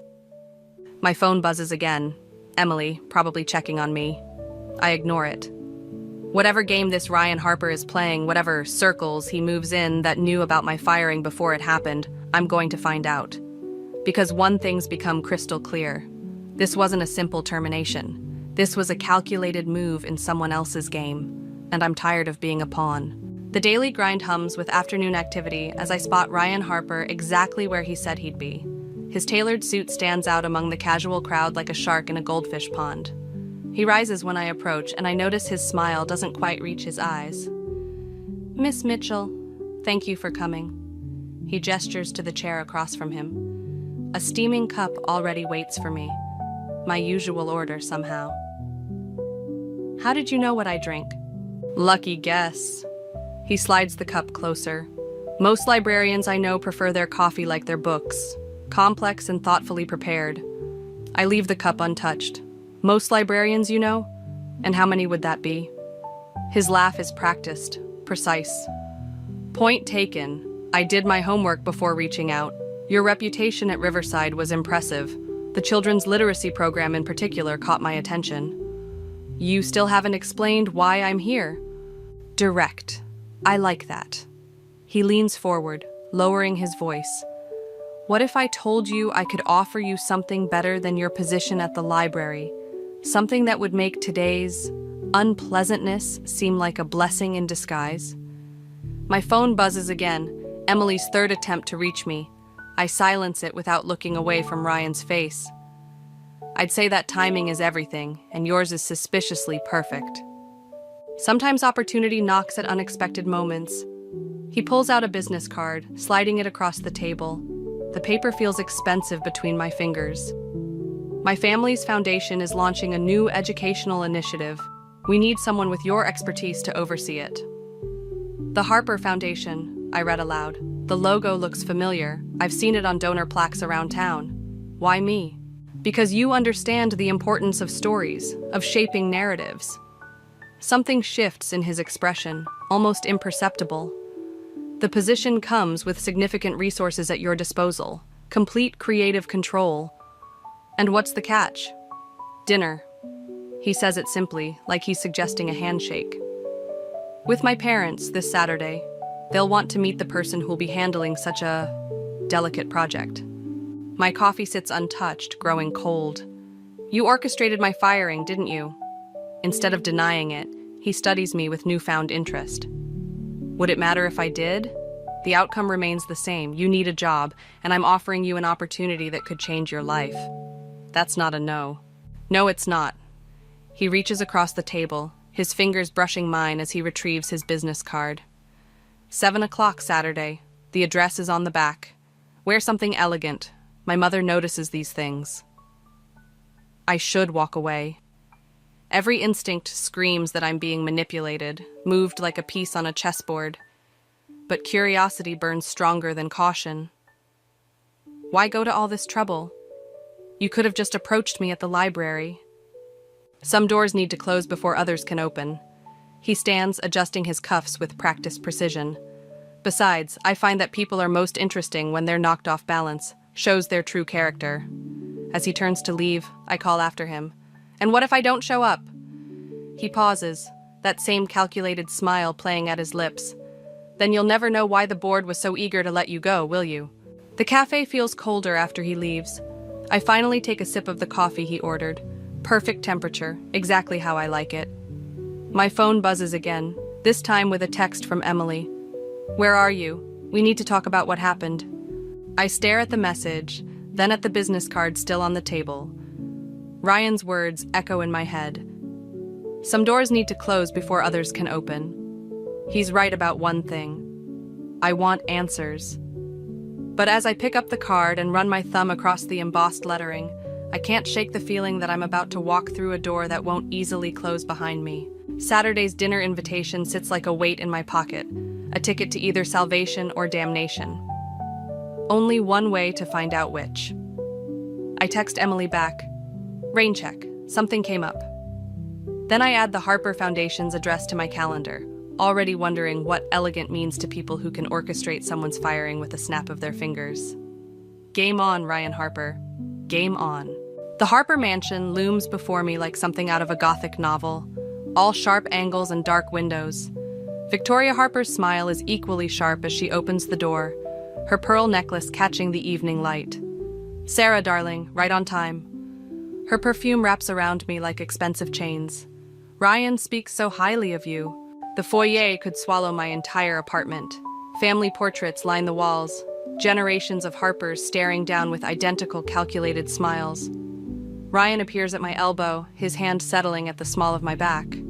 Mother, you're hovering. Nonsense. I'm being welcoming.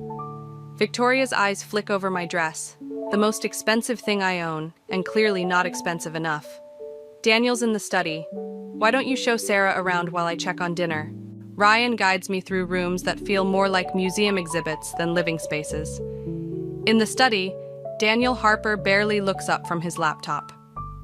Welcome to the family business, he says, as if my presence is already a foregone conclusion. The word family catches in my throat like a fishhook. During dinner, Victoria orchestrates the conversation like a conductor, each topic carefully selected. Ryan tells us you're quite the expert on community engagement, she says, cutting into her perfectly cooked salmon. Such a shame about the library. Politics can be so messy. Politics? I set down my fork. I was told it was a budget issue. Oh, everything's politics these days. Victoria waves her hand dismissively. The right word in the right ear, and suddenly budgets appear or disappear. Fascinating process, really. Ryan tenses beside me. I feel the trap closing, but can't see its shape yet. Speaking of processes, Daniel interjects, have you considered our offer, Sarah, the foundation position? I'm still evaluating my options. Victoria's smile tightens. Options, dear, in this economy? Besides, we're offering you something quite special. The foundation's new literacy initiative could use someone with your particular background. My background as a recently fired librarian? Your background as someone who understands loss, Victoria says softly, and the importance of securing one's future. The room suddenly feels airless. Ryan's hand finds mine under the table, but I can't tell if it's meant to comfort or restrain. Mother, Ryan starts, but Victoria cuts him off. I'm simply being honest, dear. Sarah's clearly intelligent. She must understand what we're offering. And what exactly is that, I ask, though I already know the answer won't be the truth. Security, influence, family. Victoria sets down her wine glass with precise movements. Things I imagine you've been missing since your divorce. Speaking of which, how is Thomas enjoying his new position at Sterling & Myers? The law firm partnership suits him, I hear. The pieces click into place with nauseating clarity. My ex-husband's sudden career jump, the library board's unexpected decision, the Harper Foundation's timely offer. You've been watching me, I say. Planning this. Planning implies calculation, Victoria corrects. We prefer to think of it as creating opportunities. For whom? For all of us. Daniel finally looks up from his plate. The foundation needs fresh blood, new perspectives, and you need a safety net. What I need, I push back from the table, is air. Ryan follows me onto the terrace, closing the French doors behind us. Sarah, wait. It's not what you think. Really? Because I think your family orchestrated my firing, manipulated my ex-husband's career, and is now trying to buy me with some vague promise of security. They're trying to help. Help who, Ryan? Them? You? Because it sure as hell isn't me. He runs a hand through his hair, frustration breaking through his polished veneer. You don't understand how they operate. Everything's a transaction to them, even love. Is that what this is? Love? The question hangs between us like smoke. Inside, I can see Victoria watching through the window, her expression unreadable. Come back inside, Ryan pleads. Let me explain. But I'm already moving toward the driveway, my heels clicking against the stone path like tiny hammers nailing shut a coffin. Behind me, I hear Victoria's voice drift through the open window. Let her go, darling. She'll be back. They always come back when they run out of options. I pause at my car, looking back at the mansion. Ryan stands frozen on the terrace, caught between his mother's shadow and the fading light. For a moment, I almost pity him. Almost. The letter arrives on expensive cream paper, hand-delivered to my apartment. Inside, a single sheet contains life-changing news. My great-aunt Eleanor, whom I'd met exactly twice, has left me her entire estate. The inheritance that would solve all my problems. Except for one detail. Victoria Harper is the executor. I'm still staring at the letter when Emily bursts through my door. You need to see this. She thrusts her tablet at me, displaying a news article about the Harper Foundation's latest acquisition, the Riverside Public Library building. They're converting it into a private research facility, Emily says, watching my face. Guess who's leading the project? Thomas. My ex-husband's name tastes like copper in my mouth. They're all connected, aren't they? There's more. Emily swipes to another article. Ryan's been appointed to the city council.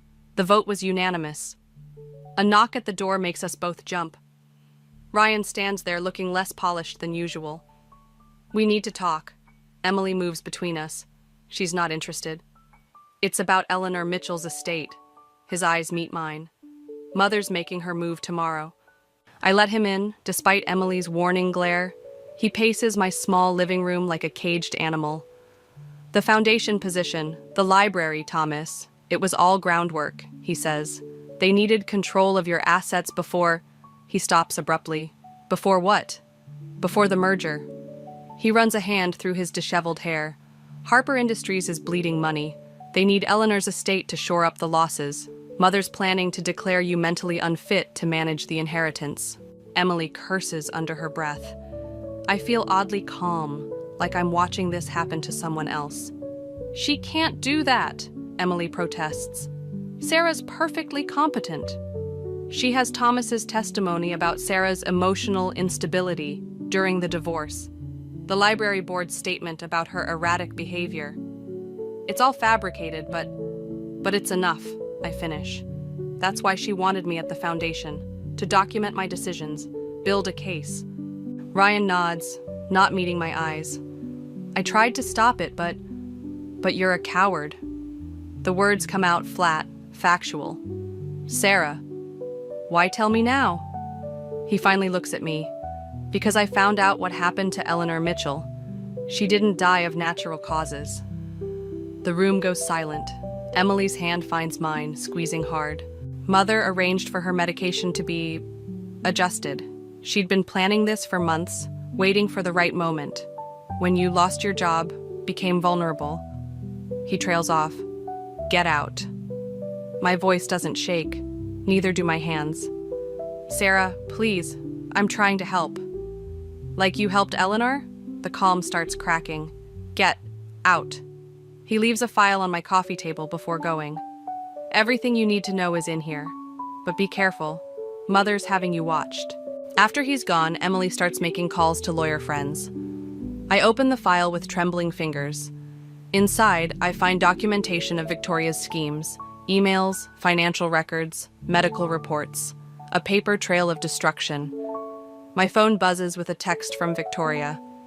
Dinner tomorrow? We should discuss Eleanor's estate. Your future depends on it. Emily looks up from her phone. Marcus Flynn called back. He's willing to meet tonight. Who's Marcus Flynn? Former Harper Industries executive, left under mysterious circumstances last year, says he has information we need. I stare at Victoria's text, thinking about Eleanor, about the library, about all the lives the Harpers have casually destroyed. Tell him I'll be there. Sarah, Emily hesitates.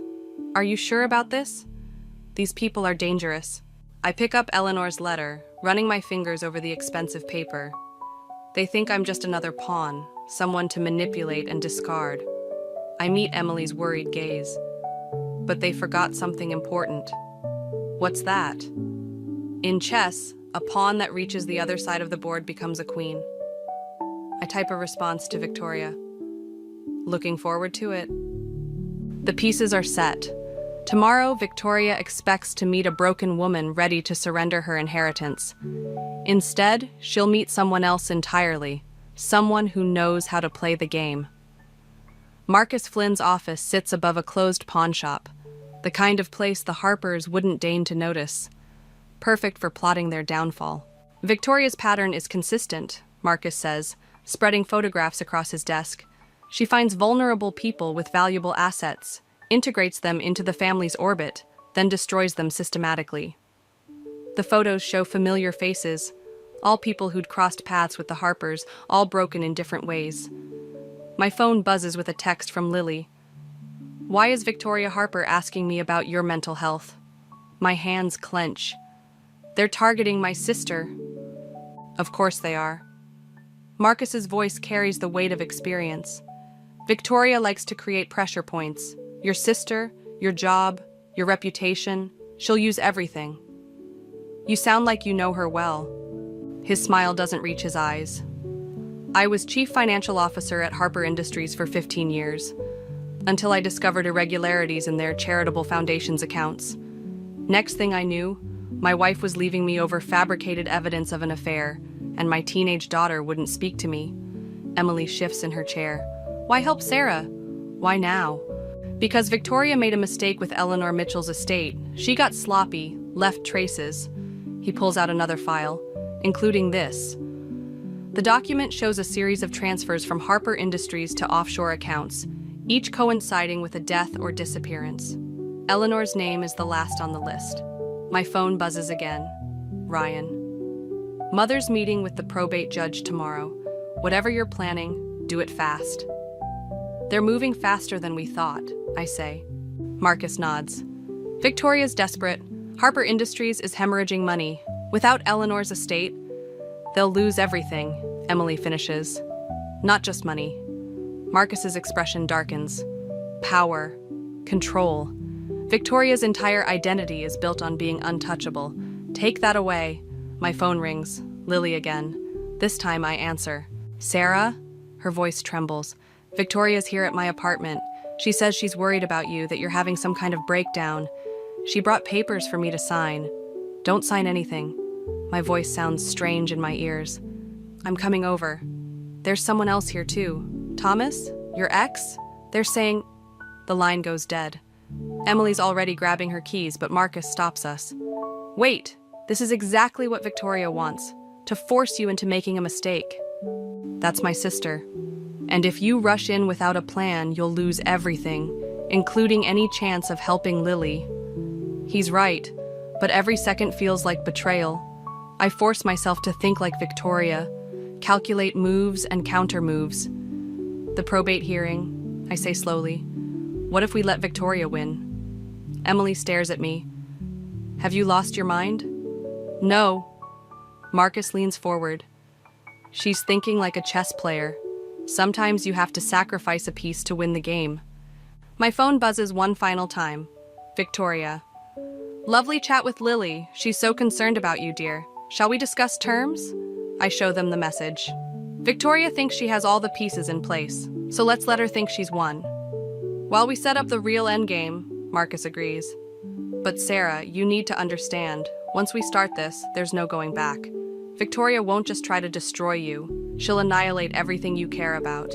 I think about Eleanor, about Lily, about all the lives Victoria has casually ruined, about the look in Ryan's eyes when he finally chose to warn me. Too little, too late. Good, I say, and my voice sounds like someone else's, someone harder. Because I'm going to do the same to her. Emily touches my arm. Sarah, this isn't about revenge anymore. I pick up one of Marcus's photographs, a family much like mine, now broken beyond repair. This is about justice, about making sure Victoria Harper never hurts another family again. Marcus gathers the files with practiced efficiency. Then let's begin. But remember, from this moment on, trust no one. Not Ryan, not the police, not even me. Why not you? His smile turns bitter. Because everyone has something to lose, and Victoria's very good at finding out what that is. I send Victoria a response. Terms, tomorrow, 9 a.m. Then I turn off my phone and start learning how to destroy the woman who thought she could own me. Tomorrow, Victoria Harper will think she's won everything, and that's exactly when she'll start losing it all. The probate hearing feels like a carefully orchestrated play, with Victoria Harper as both director and star. She sits across from me in the judge's chambers, perfectly composed in Chanel, while I deliberately let my hands shake as I hold the papers. Miss Mitchell appears unable to manage her affairs, Victoria says softly, concern dripping from every syllable. The recent erratic behavior, the job loss, the emotional instability. My lawyer, carefully chosen by Marcus for this performance, makes a weak protest. Judge Harrison barely glances up from the documentation. And you're willing to assume responsibility for the estate's management, Mrs. Harper? It's the least we can do for poor Eleanor's niece. I sign the papers with trembling fingers, playing my part. Victoria's smile widens fractionally, a predator's satisfaction at a clean kill. But as we leave the chambers, Emily rushes in, her face ashen. Sarah, it's Lily. She's in the hospital. The performance drops away like shattered glass. What? Apparent overdose, Emily says, watching Victoria from the corner of her eye. They found prescription medications. Victoria touches my arm, her grip steel beneath silk. My dear, this only proves we made the right decision. You need to focus on your sister now, not worry about managing an estate. I pull away, already running. Behind me, I hear Victoria's measured steps following at a careful distance, close enough to show concern, far enough to deny involvement. At the hospital, Thomas stands outside Lily's room, looking uncomfortable in his expensive suit. My ex-husband, now Victoria's puppet, blocking my path. You can't go in, he says. They're reviewing her psychiatric hold. Psychiatric hold? given her state when they found her, and the notes. What notes? He pulls out his phone, shows me texts supposedly from Lily about my unstable behavior, my paranoid accusations against the Harpers, my declining mental state, all perfectly crafted to support Victoria's narrative. You helped them do this, I realize. To my sister. Sarah, you need help. We're all worried. Ryan appears from around the corner, his face tight. Father's calling an emergency board meeting. They're announcing the merger tomorrow. Merger? The pieces click together with sickening clarity. You're selling Harper Industries. Restructuring, Ryan corrects, not meeting my eyes. Once Mother has control of Eleanor's estate, the company's debt disappears, I finish. And Lily? Was putting my sister in the hospital part of the restructuring plan? Victoria appears behind me, her voice carrying just far enough for nearby nurses to hear. Dear, you're getting agitated again. Perhaps you should let the doctors examine you while you're here? I feel the trap closing. The concerned family members, the documented instability, the convenient timing. One wrong move and I'll join Lily under psychiatric observation. My phone buzzes. Marcus, don't react. Everything's proceeding as planned. But the plan didn't account for Lily, for Victoria crossing this line. Ryan touches my arm. Sarah, please, just let us help. I jerk away, my voice rising deliberately. Help? Like you helped Eleanor? Victoria's mask slips for just a moment. Fear flickers behind her eyes. Security, Thomas calls right on cue. We need assistance here. As security approaches, I let them see exactly what Victoria wants them to see. An unstable woman having a breakdown. I struggle just enough to seem erratic but not dangerous. Take care of my sister, I tell Emily as they lead me away. Don't let them near her. Victoria watches from the doorway, victory written in every line of her perfect posture. She thinks she's won everything, the estate, the company, my freedom, my sister. She doesn't see Marcus in the parking lot, recording everything. Doesn't notice Emily slipping a nurse a thumb drive. Doesn't realize that sometimes, to win the game, you have to sacrifice your queen. In the security office, waiting for the psychiatric evaluation that Victoria undoubtedly arranged, I close my eyes and think of Eleanor, of Lily, of all the pieces Victoria moved so carefully into place. My phone buzzes one last time. Marcus. Files delivered. Tomorrow's board meeting will be interesting. I delete the message just as the doctor arrives, his clipboard already full of Victoria's carefully crafted concerns. Time to play my final role, the pawn who didn't realize she was about to become a queen. Tomorrow, Victoria Harper will learn that the game isn't over until the last piece falls, and I intend to make sure that piece is her. The Harper Industries boardroom buzzes with tension as Victoria takes her place at the head of the table. I watch through the security feed from Marcus's laptop, surrounded by federal agents in an unmarked van outside. The merger documentation is complete, Victoria announces to the board. With the Mitchell estate securing our position, the boardroom door swings open. Ryan walks in, followed by Emily and a stone-faced woman in a federal jacket. Actually, Mother, Ryan says, his voice steady, we should discuss the irregularities in the foundation's accounts first. Victoria's smile doesn't waver. This isn't the time. It's exactly the time. I step into the room, making Victoria freeze mid-sentence. Before we discuss my aunt's estate, let's talk about how she died. Security! Daniel starts to rise, but the federal agent raises her badge. Nobody leaves this room. Victoria's composure cracks for just a moment. Sarah, dear, shouldn't you be at the hospital? With my sister? The one you poisoned with the same medication cocktail that killed Eleanor? I slide a USB drive across the polished table. Everything's here. The offshore accounts, the falsified medical records, the pattern of mysterious deaths following Harper Foundation interventions. Lies, Victoria hisses, from an unstable woman. From your own records, Marcus steps in, carrying a familiar leather briefcase. The ones you kept in your private safe. The one I installed when I was CFO. Victoria's eyes dart between faces, calculating odds, searching for allies. She finds none. Ryan, she tries. Surely you don't believe. I found Eleanor's original medical records, Ryan cuts her off. The ones before you had them altered. I'm done protecting this family's secrets. Victoria laughs, the sound brittle as breaking glass. Protected? You've never protected anything, Ryan. You're weak, just like your father. I built this empire while he played golf and you chased pretty girls. I made us untouchable. You made us monsters, Ryan says quietly. Victoria stands, suddenly radiating fury. Everything I did for this family, for our legacy. You think you can destroy that with some paperwork? I own this town. One phone call. To whom? I ask. Judge Harrison? He's being questioned about Eleanor's probate hearing. Thomas? He's already cutting a deal to save himself. Your pet doctors? They're running scared. You stupid girl.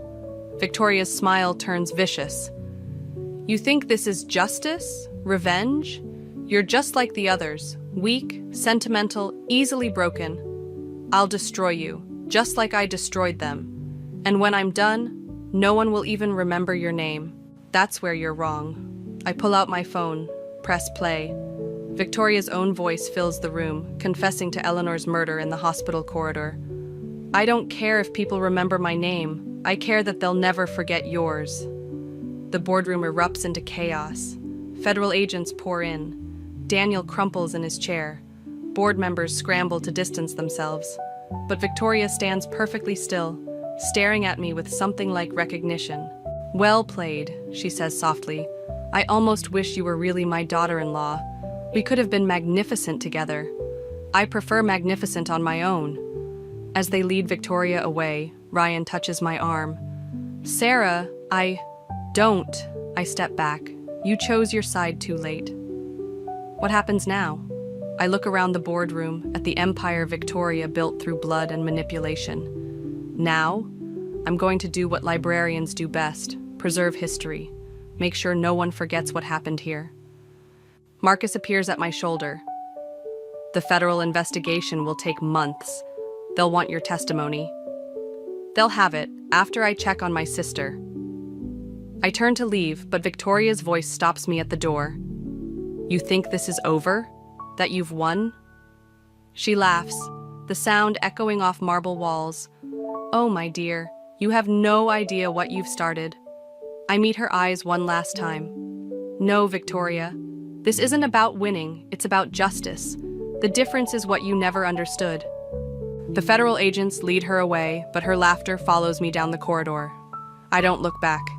I've seen enough of Victoria Harper's face to last a lifetime. Besides, I have a sister to visit, a foundation to rebuild, and a story to tell. And this time, I'll make sure it has the right ending. The old library building still smells like books, even as workers strip away the Harper Foundation logos. Lily sits beside me on the front steps, her recovery visible in the return of color to her cheeks. What will you call it? She asks, watching the new sign being installed. The Eleanor Mitchell Memorial Library and Community Center. I hand her the dedication speech. Want to read it at the opening? She squeezes my hand instead of answering.